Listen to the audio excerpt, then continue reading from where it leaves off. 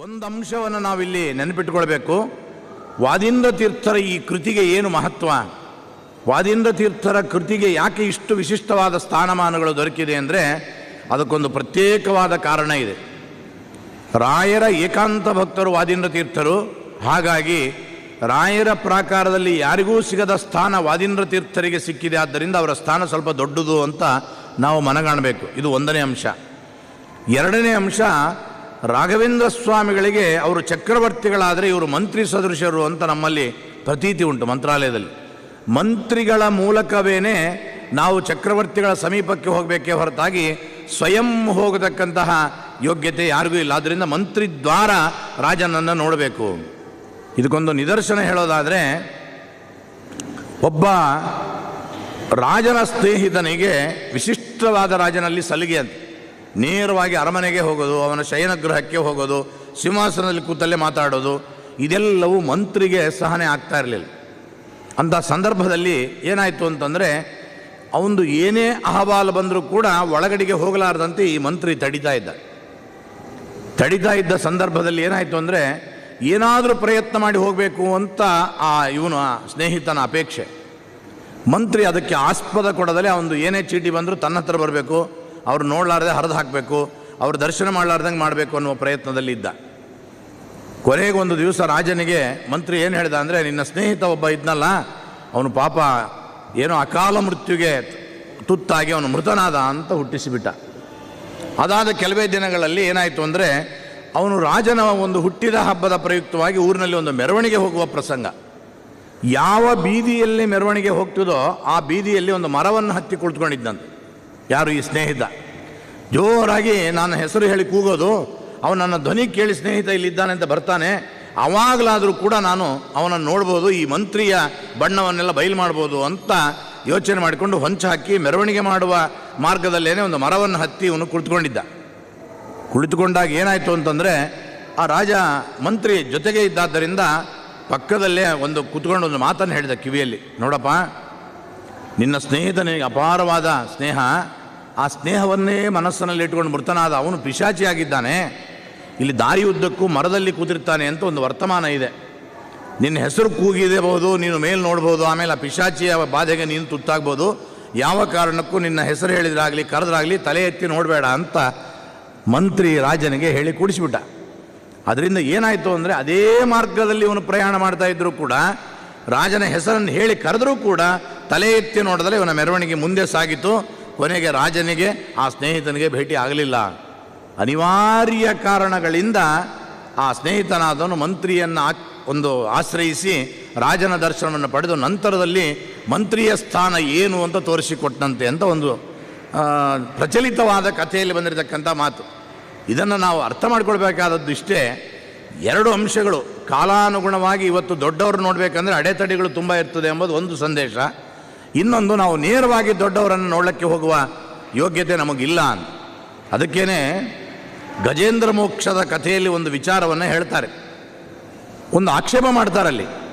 ಗಜರಾಜ ಭಕ್ತಿಯಿಂದ ಕರೆದದ್ದು, ಆದರೆ ಉದ್ಧಾರ ಮಾಡಿದ್ದು ಮೊದಲು ಮೊಸಳೆಯನ್ನು.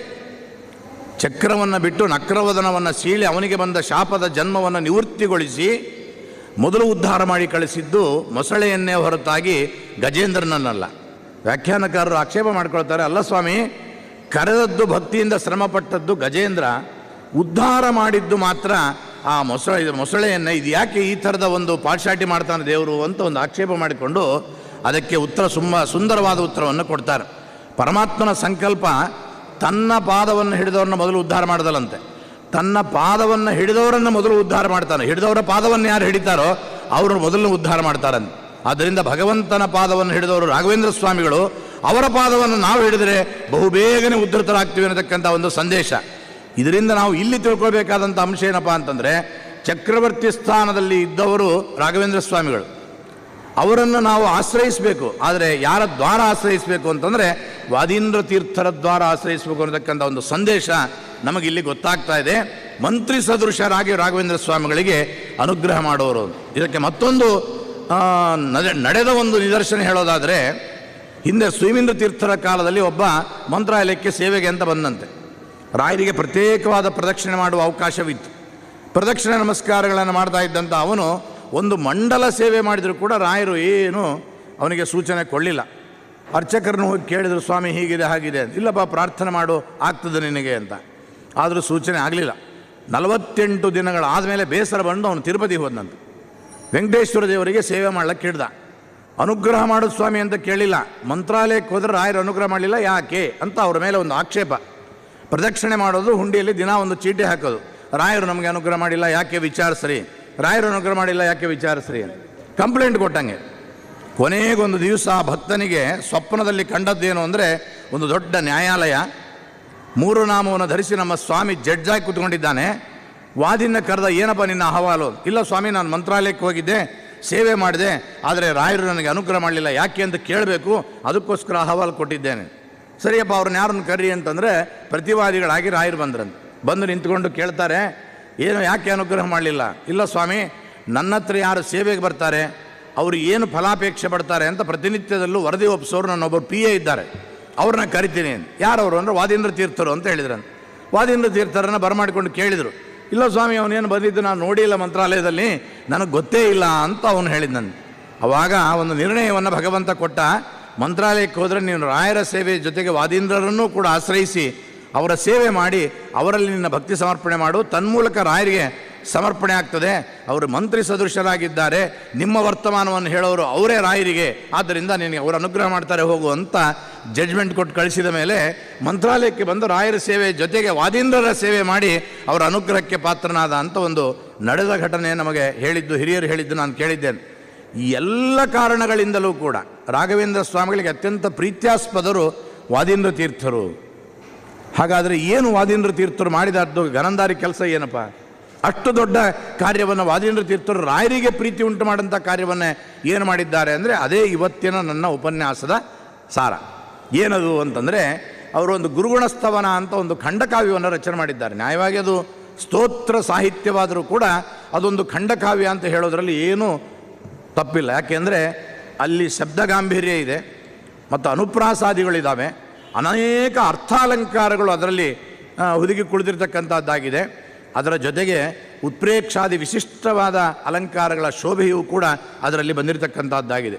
ಇಂಥ ಅದ್ಭುತವಾದ ಕಾವ್ಯವನ್ನೇ ರಚನೆ ಮಾಡಿದ ನಂತರದಲ್ಲಿ ವಾದೀಂದ್ರ ತೀರ್ಥ ಗುರುಸಾರ್ವಭೌಮರು ಏನು ಮಾಡಿದರು ಅಂತಂದರೆ, ಅದನ್ನು ರಾಯರಿಗೆ ಒಪ್ಪಿಸಬೇಕು ಅಂತ ಹೋದ್ರಂತೆ. ರಾಯರ ಬೃಂದಾವನದ ಮುಂದೆ ನಿಂತುಕೊಂಡು ಈ ಸ್ತೋತ್ರ ಸಾಹಿತ್ಯವನ್ನೇ ಓದಲಿಕ್ಕೆ ಪ್ರಾರಂಭ ಮಾಡಿದರು. ಓದ್ತಾ ಓದ್ತಾ ಓದ್ತಾ ಓದ್ತಾ ಕೊನೆಗೆ ರಾಯರ ಗ್ರಂಥಗಳ ಪರಿಚಯಾತ್ಮಕವಾದ ಸ್ತುತಿ ಬರ್ತದೆ. ಅದು ಮುಗಿಯುವ ಪ್ರಸಂಗ ಬಂದಾಗ ವಾದೀಂದ್ರ ತೀರ್ಥರು ಹೇಳಿದಂಥ ಈ ಸ್ತುತಿಗೆ ರಾಯರು ಸಂತೋಷಪಟ್ಟು ತಲೆ ತೂಗಿದ್ರಂತೆ. ತಲೆ ತೂಗಿದಾಗ ವಾದೀಂದ್ರ ತೀರ್ಥರಿಗೆ ಮಾತ್ರ ಬೃಂದಾವನದಲ್ಲಿ ಕುಳಿತಿರುವ ರಾಯರು ತಲೆ ತೂಗಿದ್ದು ಕಂಡಿದೆ. ಉಳಿದವರಿಗೂ ಕೂಡ ಇದು ಪ್ರತ್ಯಕ್ಷಕ್ಕೆ ಗೋಚರವಾಯಿತು, ಆದರೆ ನೇರವಾಗಿ ರಾಯರ ಮುಖಾರವಿಂದವನ್ನು ನೋಡುವ ಅವಕಾಶ ಸಿಗಲಿಲ್ಲ. ಮತ್ತೇನಾಯಿತು ಅಂತಂದರೆ, ಬೃಂದಾವನವೇ ಅಲಿಗಾಡಿದಂತೆ ಆಯ್ತಂತೆ, ಬೃಂದಾವನವೇ ತಲೆ ತೂಗಿದಂತೆ ಕಾಣಿಸಿದಾಗ ವಾದೀಂದ್ರ ತೀರ್ಥರು ಹೇಳಿದರು, ರಾಯರು ನಮ್ಮ ಕೃತಿಯನ್ನು ನೋಡಿ ಸಂತೋಷಪಟ್ಟಿದ್ದಾರೆ, ನಮ್ಮ ಪರಮಾನುಗ್ರಹ ಮಾಡಿದ್ದಾರೆ ಅನ್ನತಕ್ಕಂಥ ಮಾತನ್ನು ವಾದೀಂದ್ರ ತೀರ್ಥರು ಹೇಳಿದರು. ಆದ್ದರಿಂದ ಯಾರ ಸ್ತೋತ್ರದಿಂದ ರಾಯರು ತಲೆ ತೂಗಿ ಸಂತೋಷಪಟ್ಟಿದ್ದಾರೆ ಅಂದರೆ ಅವರ ಸ್ತುತಿ ಸಾಹಿತ್ಯ ಎಂಥದ್ದು ಎಂಬುದನ್ನು ನಾವಿಲ್ಲಿ ಮನಗಾಣಬೇಕಾದಂಥ ಒಂದು ಅಂಶವಿದೆ. ಅಂತಹ ಯಾವ ವಾದೀಂದ್ರ ತೀರ್ಥರು ರಚಿಸಿದಂತಹ ಗುರುಗಣಸ್ತವನದಲ್ಲಿ ಒಂದು ಕೆಲ ಭಾಗಗಳು ಮಾತ್ರ ನನ್ನ ಉಪನ್ಯಾಸಕ್ಕೆ ಮೀಸಲಾದಂಥ ವಿಷಯ. ಈಗಾಗಲೇ ನಾನು ಹೇಳಿದ್ದೇನೆ, ಅವರು ಮೊದಲು ಮಂಗಳಾಚರಣೆ ಘಟ್ಟ ಅಂತ ಕೆಲ ಶ್ಲೋಕಗಳನ್ನು ಇಟ್ಕೊಂಡಿದ್ದಾರೆ.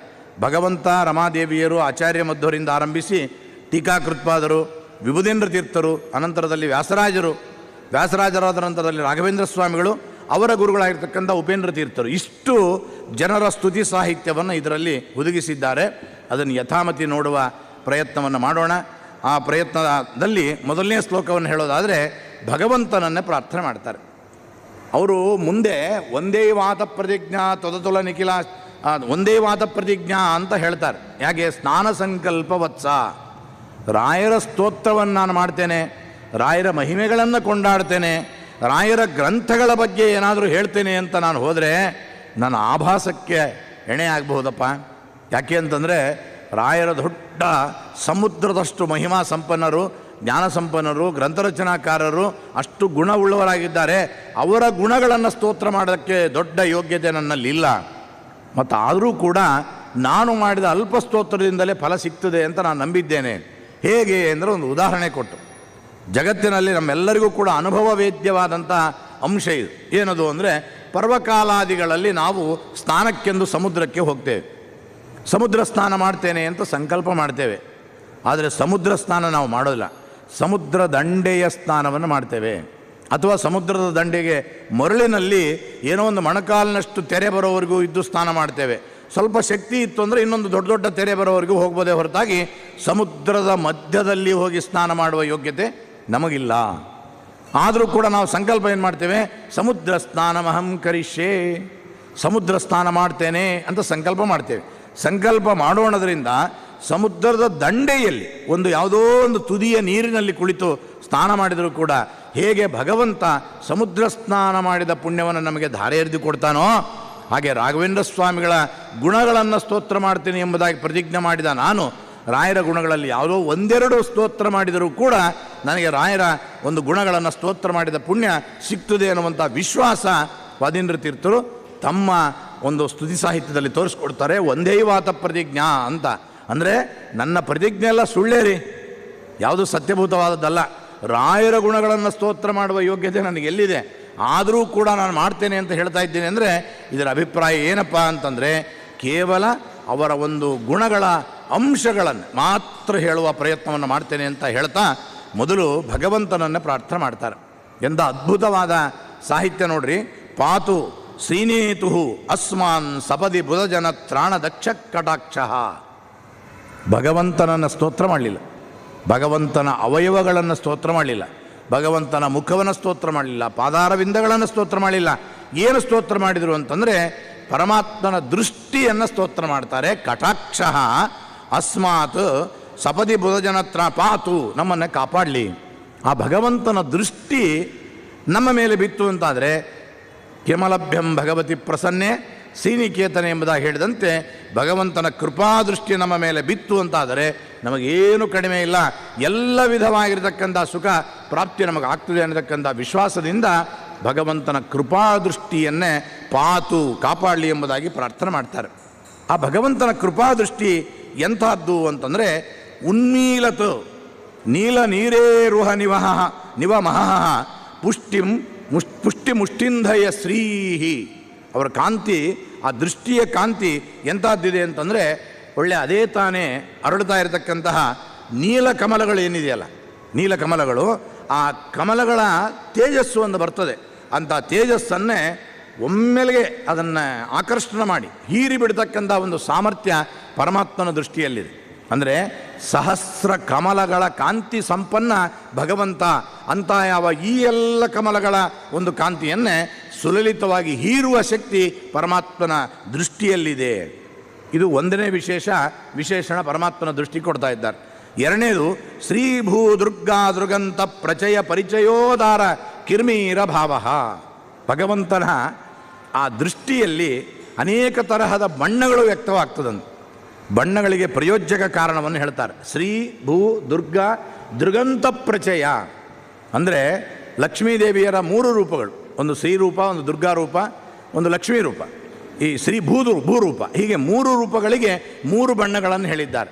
ಆ ಮೂರು ಬಣ್ಣಗಳ ಕುಡಿನೋಟದ ದೃಷ್ಟಿ ಭಗವಂತನ ಮೇಲೆ ಬೀಳ್ತದೆ. ಸ್ವಾಮಿ, ಯಾವಾಗ ನಮ್ಮನ್ನು ಅನುಗ್ರಹ ಮಾಡ್ತೀಯೋ, ನಿನ್ನ ಕೃಪಾದೃಷ್ಟಿ ನನ್ನ ಮೇಲೆ ಯಾವಾಗ ಬೀಳ್ತದೆ ಅಂತ ನಿರಂತರವಾಗಿ ಬಗೆ ಬಗೆಯ ನೂತನವ ಕಾಣುತ್ತ ಮಿಗೆ ಹರುಷದಿಂ ಪೊಗಳಿ ಹಿಗ್ಗುವ ತ್ರಿಗುಣಮಾನಿ ಮಹಾಲಕ್ಷ್ಮಿ ಸಂತೈಸಲಿ ಅನುದಿನವು ಎಂಬುದಾಗಿ ಹೇಳಿದಂತೆ ನಿರಂತರವಾಗಿ ಭಗವಂತನ ಸ್ತೋತ್ರ ಮಾಡತಕ್ಕಂತಹ ಆ ಲಕ್ಷ್ಮೀದೇವಿಯರ ಮೂರು ರೂಪಗಳ ದೃಷ್ಟಿ ಭಗವಂತನ ಕಣ್ಣ ಮೇಲೆ ಬೀಳುತ್ತದೆ. ಈ ದೃಷ್ಟಿಯ ರಿಫ್ಲೆಶ್ ಪರಮಾತ್ಮನಲ್ಲಿ ಆದ ತಕ್ಷಣ ಪರಮಾತ್ಮನಲ್ಲಿ ಮೂರು ರೂಪವನ್ನು ಧರಿಸಿದ ಜಗನ್ಮಾತೆಯರ ಬಣ್ಣ ಅದರಲ್ಲಿ ರಿಫ್ರೆಶ್ ಆಗ್ತದಂತೆ. ಅವನ ದೃಷ್ಟಿಯಲ್ಲಿ ನಾನಾ ಥರದ ಬಣ್ಣಗಳು ಕಂಡು ಬರ್ತದೆ. ಎಂಥ ಉತ್ಪ್ರೇಕ್ಷದ ಸಾಪೇಕ್ಷೆ ನಮ್ಮ ವಾದೀಂದ್ರ ತೀರ್ಥರಲ್ಲಿ ಇದೆ ಎಂಬುದನ್ನು ನಾವು ನೋಡ್ಬೋದು. ಅನಂತರದಲ್ಲಿ ಇನ್ನೊಂದು ಹೇಳ್ತಾರೆ, ಸ್ವೈರ ಕ್ಷೀರೋದ ನಿರ್ಯತ ಶಶಿರುಚಿ ನಿಚಯಾಕರ್ವ ಗರ್ವಾಪನೋದಿ.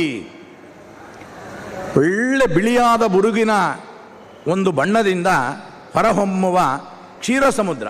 ಮೊದಲೇ ಸಮುದ್ರದ ನೊರೆ ಬೆಳ್ಳಗಿರ್ತದೆ, ಅದರಲ್ಲಿ ಕ್ಷೀರ ಸಮುದ್ರ ಅತಿಯಾದ ಬಿಳಿಯಾದ ಬಣ್ಣ, ಅದರಲ್ಲಿ ಹುಟ್ಟಿ ಬಂದವನು ನಮ್ಮ ಚಂದ್ರ. ಅಂಥ ಚಂದ್ರ ಸ್ವಯಂ ಕಾಂತಿ ಸಂಪನ್ನ, ಜೊತೆಗೆ ಕ್ಷೀರ ಸಮುದ್ರದ ಬಿಳಿಯಾದ ನೊರೆಯ ಸಂಪರ್ಕ, ಈ ಎಲ್ಲ ದೃಷ್ಟಿಕೋನದಿಂದಲೂ ಅತಿ ಬಗೆಯಾದ ಕಾಂತಿ ಸಂಪನ್ನನಾಗಿರತಕ್ಕಂತಹ ಆ ಚಂದ್ರ ಏನಿದ್ದಾನೆ, ಚಂದ್ರನ ಕಾಂತಿ ಸಮೂಹವನ್ನೇ ಅದು ಎಷ್ಟಾಯಿತು ಅಂದರೆ, ನನಗೆ ಮಿಗಿಲಾದ ಕಾಂತಿ ಸಂಪನ್ನರು ಯಾರೂ ಇಲ್ಲ ಅಂತ ಅಖರ್ವ ಗರ್ವದಿಂದ ಕೂಡಿದ್ದಂತೆ. ಅಖರ್ವ ಅಂದರೆ ನಾಶ ಮಾಡದಿರುವ ಗರ್ವ ಇತ್ತು ಚಂದ್ರನಿಗೆ. ಅಂತ ಯಾವ ಗರ್ವವನ್ನು ಕೂಡ ಅಪನೋದಿ ಕಳೀತಕ್ಕಂಥ ದೃಷ್ಟಿ ನಮ್ಮ ಪರಮಾತ್ಮನಲ್ಲಿದೆ. ಅಂತಹ ಯಾವ ಶ್ರೀನೇತು ಬುಧಜನತ್ರಾಣದಕ್ಷ ಕಟಾಕ್ಷ ಅಂತ ಇಲ್ಲಿ ವಿಶಿಷ್ಟವಾದ ವ್ಯಾಖ್ಯಾನಕಾರರು ಅರ್ಥವನ್ನು ತೋರಿಸ್ತಾರೆ. ಬುಧಜನ ಅಂದರೆ ದೇವತೆಗಳು, ಅವರ ತ್ರಾಣವನ್ನು ರಕ್ಷಣೆ ಮಾಡ್ತಕ್ಕಂಥವನು ಅಂತ ಒಂದು ಅರ್ಥ. ಬುಧಜನರು ಅಂದರೆ ಬ್ರಾಹ್ಮಣರು, ಅವರ ಒಂದು ಭಕ್ತಿಯ ಪರಾಕಾಷ್ಠತೆಯಿಂದ ಅವರನ್ನು ರಕ್ಷಣೆ ಮಾಡುವನು ಅಂತ. ಬುಧ ಎಂಬುದಕ್ಕೆ ಜ್ಞಾನಿ ಅಂತ ಅರ್ಥ, ಜ್ಞಾನಿಗಳನ್ನು ರಕ್ಷಣೆ ಮಾಡತಕ್ಕಂಥವ್ರು ಅಂತ. ಹೀಗೆ ಮೂರು ಬಗೆಯಾದ ಅರ್ಥವನ್ನೇ ಇಲ್ಲಿ ವ್ಯಾಖ್ಯಾನಕಾರರು ನಮ್ಮ ತೋರಿಸ್ಕೊಡ್ತಾರೆ. ಅಂಥ ಪರಮಾತ್ಮನ ಕೃಪಾಪೂರ್ಣವಾದ ಕಟಾಕ್ಷ ನಮ್ಮನ್ನು ಯಾವಾಗಲೂ ಕಾಪಾಡಲಿ ಅಂತ ಆ ಭಗವಂತನನ್ನು ಪ್ರಾರ್ಥನೆ ಮಾಡ್ತಾರೆ. ಎರಡನೇದಾಗಿ ಇಲ್ಲಿ ಲಕ್ಷ್ಮೀ ಸ್ತೋತ್ರವು ಇದೆ ಅಂತ ಒಬ್ಬ ವ್ಯಾಖ್ಯಾನಕಾರ ಮಾಡ್ತಾರೆ, ಇಲ್ಲ ಅಂತ ಮತ್ತೊಬ್ಬ ವ್ಯಾಖ್ಯಾನಕಾರರು. ವಸುಧೇಂದ್ರ ತೀರ್ಥರು, ಧೀರೇಂದ್ರ ತೀರ್ಥರು ಈ ಗುರುಗಣಸ್ತವನಕ್ಕೆ ವ್ಯಾಖ್ಯಾನವನ್ನು ಮಾಡಿದ್ದಾರೆ. ಇಬ್ಬರ ವ್ಯಾಖ್ಯಾನದಲ್ಲಿ ವಸುಧೇಂದ್ರ ತೀರ್ಥರ ಒಂದು ಸ್ತುತಿ ಸಾಹಿತ್ಯದಲ್ಲಿ ಶ್ರೀನೇತು ಅನ್ನೋದ್ರಿಂದಲೇ ಲಕ್ಷ್ಮಿಯ ಸ್ತುತಿ ಗತಾರ್ಥವಾಗಿದೆ, ಪ್ರತ್ಯೇಕವಾಗಿ ಲಕ್ಷ್ಮೀ ಸ್ತುತಿ ಇಲ್ಲ ಅಂತ ಅವರ ಅಭಿಪ್ರಾಯ. ಆದರೆ ಈ ಧೀರೇಂದ್ರ ತೀರ್ಥರ ವ್ಯಾಖ್ಯಾನದಲ್ಲಿ ನಮಗೆ ವಿಶೇಷವಾಗಿ ಲಕ್ಷ್ಮೀದೇವಿಯ ಸ್ತೋತ್ರ ಕಂಡುಬರ್ತದೆ, ಲಕ್ಷ್ಮೀದೇವಿಯ ಸ್ತುತಿ ಪ್ರತ್ಯೇಕವಾಗಿ ನಮಗೆ ಇದು ಕಂಡುಬರ್ತದೆ. ಆದರೆ ಇಲ್ಲಿ ಒಂದು ನಾವು ನೋಡಬೇಕಾದಂಥ ಅಂಶ ಏನಪ್ಪ ಅಂತಂದರೆ, ಈ ಶ್ರೀಮದ್ ರಾಮಾಭಿರಾಮ ಅಂತ 2ನೇ ಶ್ಲೋಕದಿಂದ ಪ್ರಾರಂಭವಾಗಿದ್ದರೂ ಕೂಡ ಮಾತಸ್ತ್ವಾಮುಪಕಲ್ಪಿತ ಕೆಲ ಜಗತ್ ಸರ್ಗೇ ಚ ಭರ್ಗೇರಿಡಿತೆ ಅನ್ನತಕ್ಕಂಥ ಶ್ಲೋಕದಿಂದ ಲಕ್ಷ್ಮೀದೇವಿಯ ಸ್ತೋತ್ರವನ್ನು ಕೂಡ ವಾದೀಂದ್ರ ತೀರ್ಥರು ಪ್ರತ್ಯೇಕವಾಗಿ ಮಾಡಿದ್ದಾರೆ ಅಂತ ಧೀರೇಂದ್ರ ತೀರ್ಥರ ಒಂದು ವಿಶಿಷ್ಟವಾಗಿರ್ತಕ್ಕಂತಹ ಇದು. ಆದರೆ ಏನಾಗಿದೆ ಅಂತಂದರೆ, ಇಡೀ ಗುರುಗಣ ಸ್ತವನವೆಲ್ಲವೂ ಕೂಡ ಶ್ರದ್ಧರ ವೃತ್ತದಲ್ಲಿದೆ. ಶ್ರದ್ಧರ ಎಂಬುದು ಒಂದು ಛಂದಸ್ಸು, ಆ ಛಂದಸ್ಸಿನಲ್ಲಿ ಇದು ನಮಗೆ ಕಂಡುಬರ್ತದೆ. ಆದರೆ ಈ ಯಾವ ಮಾತಸ್ತ್ವಾಮುಪಕಲ್ಪಿತ ಅನ್ನತಕ್ಕಂಥದ್ದು ಮಾತ್ರ ಅಲ್ಲೇನಾಗಿದೆ ಅಂತಂದರೆ ಶಾರ್ದೂಲ ವಿಕ್ರೀಡಿತದಲ್ಲಿ ಬಂದದ್ದು. ಕೊನೆಗೆ ಒಂದು 4 ಸ್ತೋತ್ರಗಳು, ಈ ವಿಷಯಗಳು ಮಾತ್ರ ಧೀರೇಂದ್ರ ತೀರ್ಥರ ವ್ಯಾಖ್ಯಾನದಲ್ಲಿ ನಮಗೆ ಕಂಡುಬರ್ತದೆ. ಈ ಧೀರೇಂದ್ರ ತೀರ್ಥ ಶ್ರೀಪಾದಂಗಳವರು ಹೇಳ್ತಾರೆ, ಮಾತಸ್ತ್ವಾಮುಪಕಲ್ಪಿತ ಕೆಲ ಅನ್ನತಕ್ಕಂಥ ಶ್ಲೋಕದ ಮೂಲಕವಾಗಿ ರಮಾದೇವಿಯರನ್ನೇ ಪ್ರತ್ಯೇಕವಾಗಿ ಸ್ತೋತ್ರ ಮಾಡ್ತಾರೆ. ಅವರು ಲಕ್ಷ್ಮೀದೇವಿಯಲ್ಲಿ ಬೇಡಿಕೊಂಡಂತಹ ಪ್ರಾರ್ಥನೆ ಏನು ಅಂತಂದರೆ, ಚೇತೋನ ಪ್ರಜಹಾತು ಜಾತು ಚಿದಿಹ ಸ್ವರ್ಗೆ ಅಪವರ್ಗೇಪಿನಃ. ಅಮ್ಮ ತಾಯಿ ಜಗನ್ಮಾತೆ, ಈ ಯಾವ ನ ಪ್ರಜಹಾತು ಜಾತು ಚಿದಿಹ, ನಮ್ಮ ಮನಸ್ಸು ನಿನ್ನ ಕಡೆಯಲ್ಲಿ ಏನು ವಾಲಿದೆ, ನಿರಂತರವಾಗಿ ನಿನ್ನ ಮೂಲಕವಾಗಿ ನಿನ್ನ ಗಂಡನ ಸ್ತೋತ್ರವನ್ನು ಏನು ಮಾಡ್ತಾ ಇದೆ ನನ್ನ ಮನಸ್ಸು, ಆ ಮನಸ್ಸು ಸ್ವರ್ಗದಲ್ಲಿದ್ದರೂ ಕೂಡ ನಿನ್ನ ಕಡೆಯಿಂದ ಚ್ಯುತವಾಗದೇ ಇರಲಿ. ಅಪವರ್ಗೆ, ಮೋಕ್ಷಕ್ಕೆ ಹೋದರೂ ಕೂಡ ನಿನ್ನ ಸ್ತುತಿಯಿಂದ, ನಿನ್ನ ಸ್ಮರಣೆಯಿಂದ, ನಿನ್ನ ಗಂಡನ ಸ್ಮರಣೆಯಿಂದ ನನ್ನ ಮನಸ್ಸು ಚ್ಯುತಿಯಾಗದಿರಲಿ ಅಂತ ಪ್ರಾರ್ಥನೆ ಮಾಡ್ತಾನೆ. ಇದು ಒಂದು ನಮ್ಮ ಸಿದ್ಧಾಂತದ ಒಂದು ಮಹತ್ವವನ್ನು ಸಾರತಕ್ಕಂಥ ಶ್ಲೋಕ. ಲಕ್ಷ್ಮೀದೇವಿಯ ಸ್ತೋತ್ರವನ್ನು ಮಾಡೋದು ಅಷ್ಟೇ ಅಲ್ಲ, ಮುಕ್ತರಿಗೂ ಕೂಡ ಲಕ್ಷ್ಮೀನಾರಾಯಣರ ಸ್ತವನ, ಸ್ತೋತ್ರ, ಪೂಜೆ ಇವೆಲ್ಲವೂ ಕೂಡ ವಿಹಿತವಾಗಿದೆ. ವಿಹಿತವಾಗಿದೆ ಅಂದರೆ ಕರ್ತವ್ಯತ್ವೇನ ವಿಹಿತ ಅಲ್ಲ, ಸ್ವಭಾವತ್ವೇನ ವಿಹಿತವಾಗಿದೆ ಅಂತ ನಮ್ಮ ಚತುರ್ಥಾಧ್ಯಾಯದ ಸುಧಾದಲ್ಲಿ ಇದನ್ನು ವ್ಯಾಖ್ಯಾನ ಮಾಡಿ ತೋರಿಸ್ತಾರೆ. ಹೇಗೆ ಅಂತಂದರೆ, ಈಗ ನೋಡ್ರಿ, ನಾವು ಮೋಕ್ಷದಲ್ಲಿರ್ತೇವೆ ಅಂತ ಇಟ್ಕೊಳ್ಳೋಣ. ಮೋಕ್ಷ ಅಂದರೆ ಸ್ವರೂಪ ಸುಖವಾದ ಆನಂದದ ಅನುಭವ.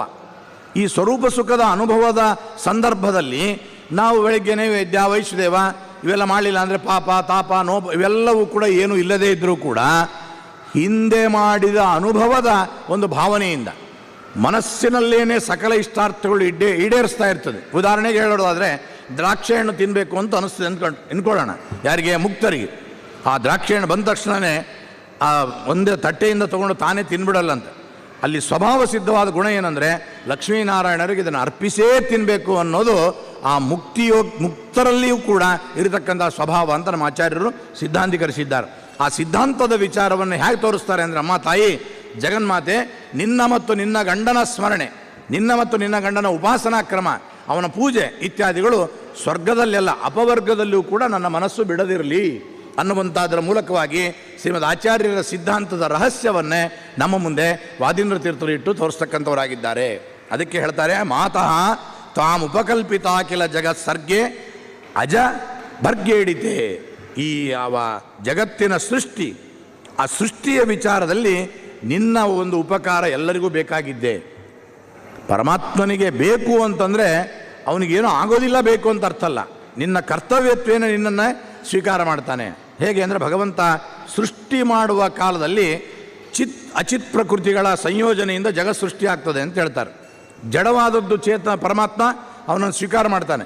ಜಡವಾದದಲ್ಲಿ ಚೈತನ್ಯವನ್ನು ಕೊಡೋದಕ್ಕೋಸ್ಕರ ಚಿತ್ ಪ್ರಕೃತಿ ಅಂತ ಜಗನ್ಮಾತೆಯಾದ ಲಕ್ಷ್ಮೀದೇವಿಯರ ಒಂದು ಇದನ್ನು ತಗೊಳ್ತಾನಂತ ಉಪಯೋಗವನ್ನು ತೆಗೆದುಕೊಂಡು ಜಗತ್ತಿನ ಸೃಷ್ಟಿ ವ್ಯಾಪಾರವನ್ನೇ ಮಾಡ್ತಕ್ಕಂಥವನಾಗ್ತಾನೆ. ಬ್ರಹ್ಮದೇವರು, ರುದ್ರದೇವರು ಇವರುಗಳಿಂದ ಅಂಥ ಜಗತ್ ಸೃಷ್ಟಿ ವ್ಯಾಪಾರದಲ್ಲಿ ಈಡೀತೆ ಅಂದರೆ ಸ್ತುತಿ ಮಾಡತಕ್ಕಂಥವಳು. ಲಾವಣ್ಯ ಅಧರೀಕೃತ ಅಮರವಧೂ ವರ್ಗೆ. ನಿನ್ನ ಮೋಹಕವಾದ ಲಾವಣ್ಯದಿಂದ ದೇವತಾಲೋಕದಲ್ಲಿರ್ತಕ್ಕಂಥ ಸುಂದರ ಸ್ತ್ರೀಯರು ಅಂತ ಯಾರಿದ್ದಾರೆ ಅವರೆಲ್ಲರೂ ಕೂಡ ಅಧರೀಕೃತ, ಕೆಳಕ್ಕೆ ದಬ್ಬಿದ್ದಾಳೆ. ಅಷ್ಟು ಅತಿಶಯವಾಗಿರ್ತಕ್ಕಂತಹ ಒಂದು ಲಾವಣ್ಯ ನಿನ್ನಲ್ಲಿದೆ. ಅಂತಹ ಯಾವ ನೀನು ಕಾರುಣ್ಯಂ ಕುರು, ನನ್ನಲ್ಲಿ ಯಾವಾಗಲೂ ಕಾರುಣ್ಯವನ್ನು ಮಾಡು. ಮಾಕೃತ ಪುಯಿ ದುನರ್ಗೆ ವಿಸರ್ಗೆ ಮತಿಂ. ಆದ್ದರಿಂದ ಯಾವತ್ತಿಗೂ ಕೂಡ ನಿನ್ನನ್ನು ಬಿಡುವ ವಿಚಾರದಲ್ಲಿ ನನ್ನ ಮನಸ್ಸನ್ನೇ ಮಾಡಬೇಡ.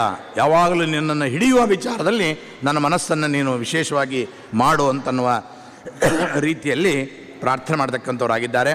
ಅನಂತರದಲ್ಲಿ ಶ್ರೀಮದ್ ರಾಮಾಭಿರಾಮ ಅಮಿತ ಮಹಿಮ ಪದ ಪ್ರೌಢ ಪಾಥೋರುಹಾಲಿ ಕೃಷ್ಣಾನಿಷ್ಠಾಮಿತಕ್ಷ್ಮ ಪರಿವೃಢಪಟಲಿ ಪಾಟನೈಕ ಪ್ರವೀಣ ವೇದವ್ಯಾಸೋಪದೇಶ ಅಧಿಕ ಸಮಗದಿತಾನಂತ ವೇದಾಂತ ಭಾವ ಭೂಯಾತ್ ಕೀಶಾ ಅವನೀಶ ಪ್ರತಿತನು ಅನಿಲ ಶ್ರೇಯಸೇ ಭೂಯಸೇ ನಃ. ಅವತಾರತ್ರಯ ವಾಯುದೇವರನ್ನು ಪ್ರಾರ್ಥನೆ ಮಾಡ್ತಾರೆ. ಅವತಾರತ್ರಯ ವಾಯುದೇವರನ್ನು ಪ್ರಾರ್ಥನೆ ಮಾಡುವ ಕ್ರಮ ಹೇಗಿದೆ ಅಂತಂದರೆ, ಸ್ವಾಮಿ ನನ್ನ ಶ್ರೇಯಸ್ಸಿಗೆ ನೀವಿರು. ಯಾರು ನೀನು ಅಂತಂದರೆ ಕೀಶ ಅವನೀಶ ವ್ರತಿತನು, 3 ರೂಪಗಳು ಬಂದ್ಬಿಡ್ತು. ಕೀಶ ಅಂದರೆ ಕ ಅಂದರೆ ಕಪಿ, ಅವಳಿಗೆ ಈಶಾ ಅಂದರೆ ಸ್ವಾಮಿ ಆದವನು ಹನುಮಂತ ದೇವರು. ಅವನೀಶ ಅಂದರೆ ಇಡೀ ಭೂಮಿಗೆ ಒಡೆತನವನ್ನು ನಡೆಸಿದವರು ಭೀಮಸೇನ ದೇವರು. ವ್ರತಿತನು ಅಂದರೆ ಸನ್ಯಾಸವನ್ನು ಸ್ವೀಕರಿಸಿದಂಥ ಒಂದು ವಾಯು. ಹೀಗೆ ಕೀಶ ಅವನೀಶ ವ್ರತಿತನು ಅಂತ ಆ 3 ರೂಪಗಳನ್ನೇ ಏಕಕಾಲಕ್ಕೆ ಸ್ತೋತ್ರವನ್ನು ಮಾಡುವುದರ ಮೂಲಕವಾಗಿ ವಾಯುದೇವರ ಸ್ತೋತ್ರವನ್ನೇ ಮಾಡಿ ತೋರಿಸ್ತಾರೆ. ಒಂದೊಂದು ಪಾದದಲ್ಲಿ ಒಂದೊಂದು ಅವತಾರದ ವಿಶೇಷತೆಯನ್ನು ನಮಗೆ ಮುಂದೆ ಇಡ್ತಾರೆ. ಒಂದು ಶ್ರೀಮದ್ ರಾಮಾಭಿರಾಮ ಅಮಿತ ಮಹಿಮ ಪದ ಪ್ರೌಢ ಪಾಥೋರು ಹಾಲಿಹಿ ಅಂತಂದರೆ ವೇದವೇದ್ಯರಾದ ಅತ್ಯಂತ ಕಾಂತಿ ಸಂಪನ್ನರಾಗಿರ್ತಕ್ಕಂತಹ ಆ ರಾಮಚಂದ್ರ ದೇವರ ಮನೋಹರವಾಗಿರ್ತಕ್ಕಂಥ ಪಾದಕಮಲಗಳಲ್ಲಿ, ಆ ಮಹಿಮೆಗಳಲ್ಲಿ ನೀವು ಯಾವಾಗಲೂ ಕೂಡ ಹೇಗಿದ್ದೀರಿ ಅಂದರೆ ಪ್ರೌಢ ಪಾಥೋರು ಹಾಲಿಹಿ ಚಂಚರೀಕತಿಮೇ ಮನಃ ಅಂತ ಹೇಳ್ತಾರೆ. ಚಂಚರೀಕಾಯಮಾನ ಅಂತಂದರೆ ಯಾವಾಗಲೂ ದುಂಬೆಯಂತೆ ರಾಮದೇವರ ಕಮಲಗಳಲ್ಲಿ ಅತ್ಯಂತ ಆಸಕ್ತರಾದವರು ನೀವು. ಅಂದರೆ ಹನುಮಂತ ದೇವರಾಗಿ ರಾಮಾವತಾರಸ್ಯ ಹರೇರಧತ್ತ ಸೇವಾ ಹನುಮತ್ವಪುಷ ಸಮೀರಃ ಅಂತ ಹೇಳಿದಂತೆ ರಾಮಾವತಾರದಿಂದ ಹನುಮಂತನ ಸೇವೆಯನ್ನು ಸ್ವೀಕರಿಸಿ ವಿಶೇಷವಾಗಿ ಆ ರಾಮಚಂದ್ರನ ಸೇವೆಯನ್ನು ಮಾಡಿದವರು ನೀವು ಅಂತ ಒಂದನೇದು. ಎರಡನೇದು ಕೃಷ್ಣಾನಿಷ್ಠಾಮಿತಕ್ಷ್ಮ ಪರಿವೃಢ ಪಟಲಿ ಪಾಟನೈಕ ಪ್ರವೀಣ. ಕೃಷ್ಣಾನಿಷ್ಠಾಮಿತಕ್ಷ್ಮ ಎಂಬುದಕ್ಕೆ ಒಂದು ಕೃಷ್ಣ ಎಂಬ ಶಬ್ದವನ್ನು 2 ಅರ್ಥ ತಗೊಳ್ತಾರೆ. ಒಂದು ಕೃಷ್ಣ ಎಂಬ ಶಬ್ದಕ್ಕೆ ವಾಸುದೇವ ಕೃಷ್ಣ, ವಸುದೇವನ ಮಗನಾಗಿರ್ತಕ್ಕಂಥ ಶ್ರೀಕೃಷ್ಣ, ಅವನ ಪರಮಾತ್ಮನ ಪಾದಕಮಲಗಳಲ್ಲಿ ಯಾವಾಗಲೂ ಆಸಕ್ತರಾದವರು. ಇನ್ನೊಂದು ಕೃಷ್ಣ ಅಂತಂದರೆ ದ್ರೌಪದಿ ದೇವಿ ಅಂತ ಅರ್ಥವನ್ನು ಮಾಡಿಬಿಟ್ರು. ಆದ್ದರಿಂದ ಕೃಷ್ಣಾನಿಷ್ಠಾಮಿತಕ್ಷ್ಮ ಪರಿವೃಢ ಪಟಲಿ ಪಾಟನೈಕ ಪ್ರವೀಣ.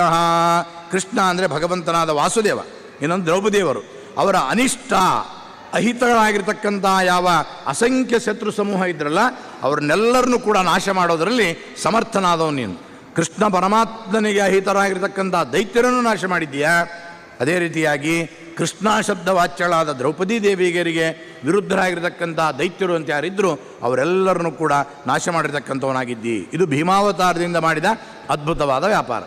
ಇನ್ನು ಮಧ್ವಾವತಾರದಿಂದ ವೇದವ್ಯಾಸೋಪದೇಶ ಅಧಿಕ ಸಮಧಿಗತಾನಂತ ವೇದಾಂತ ಭಾವ.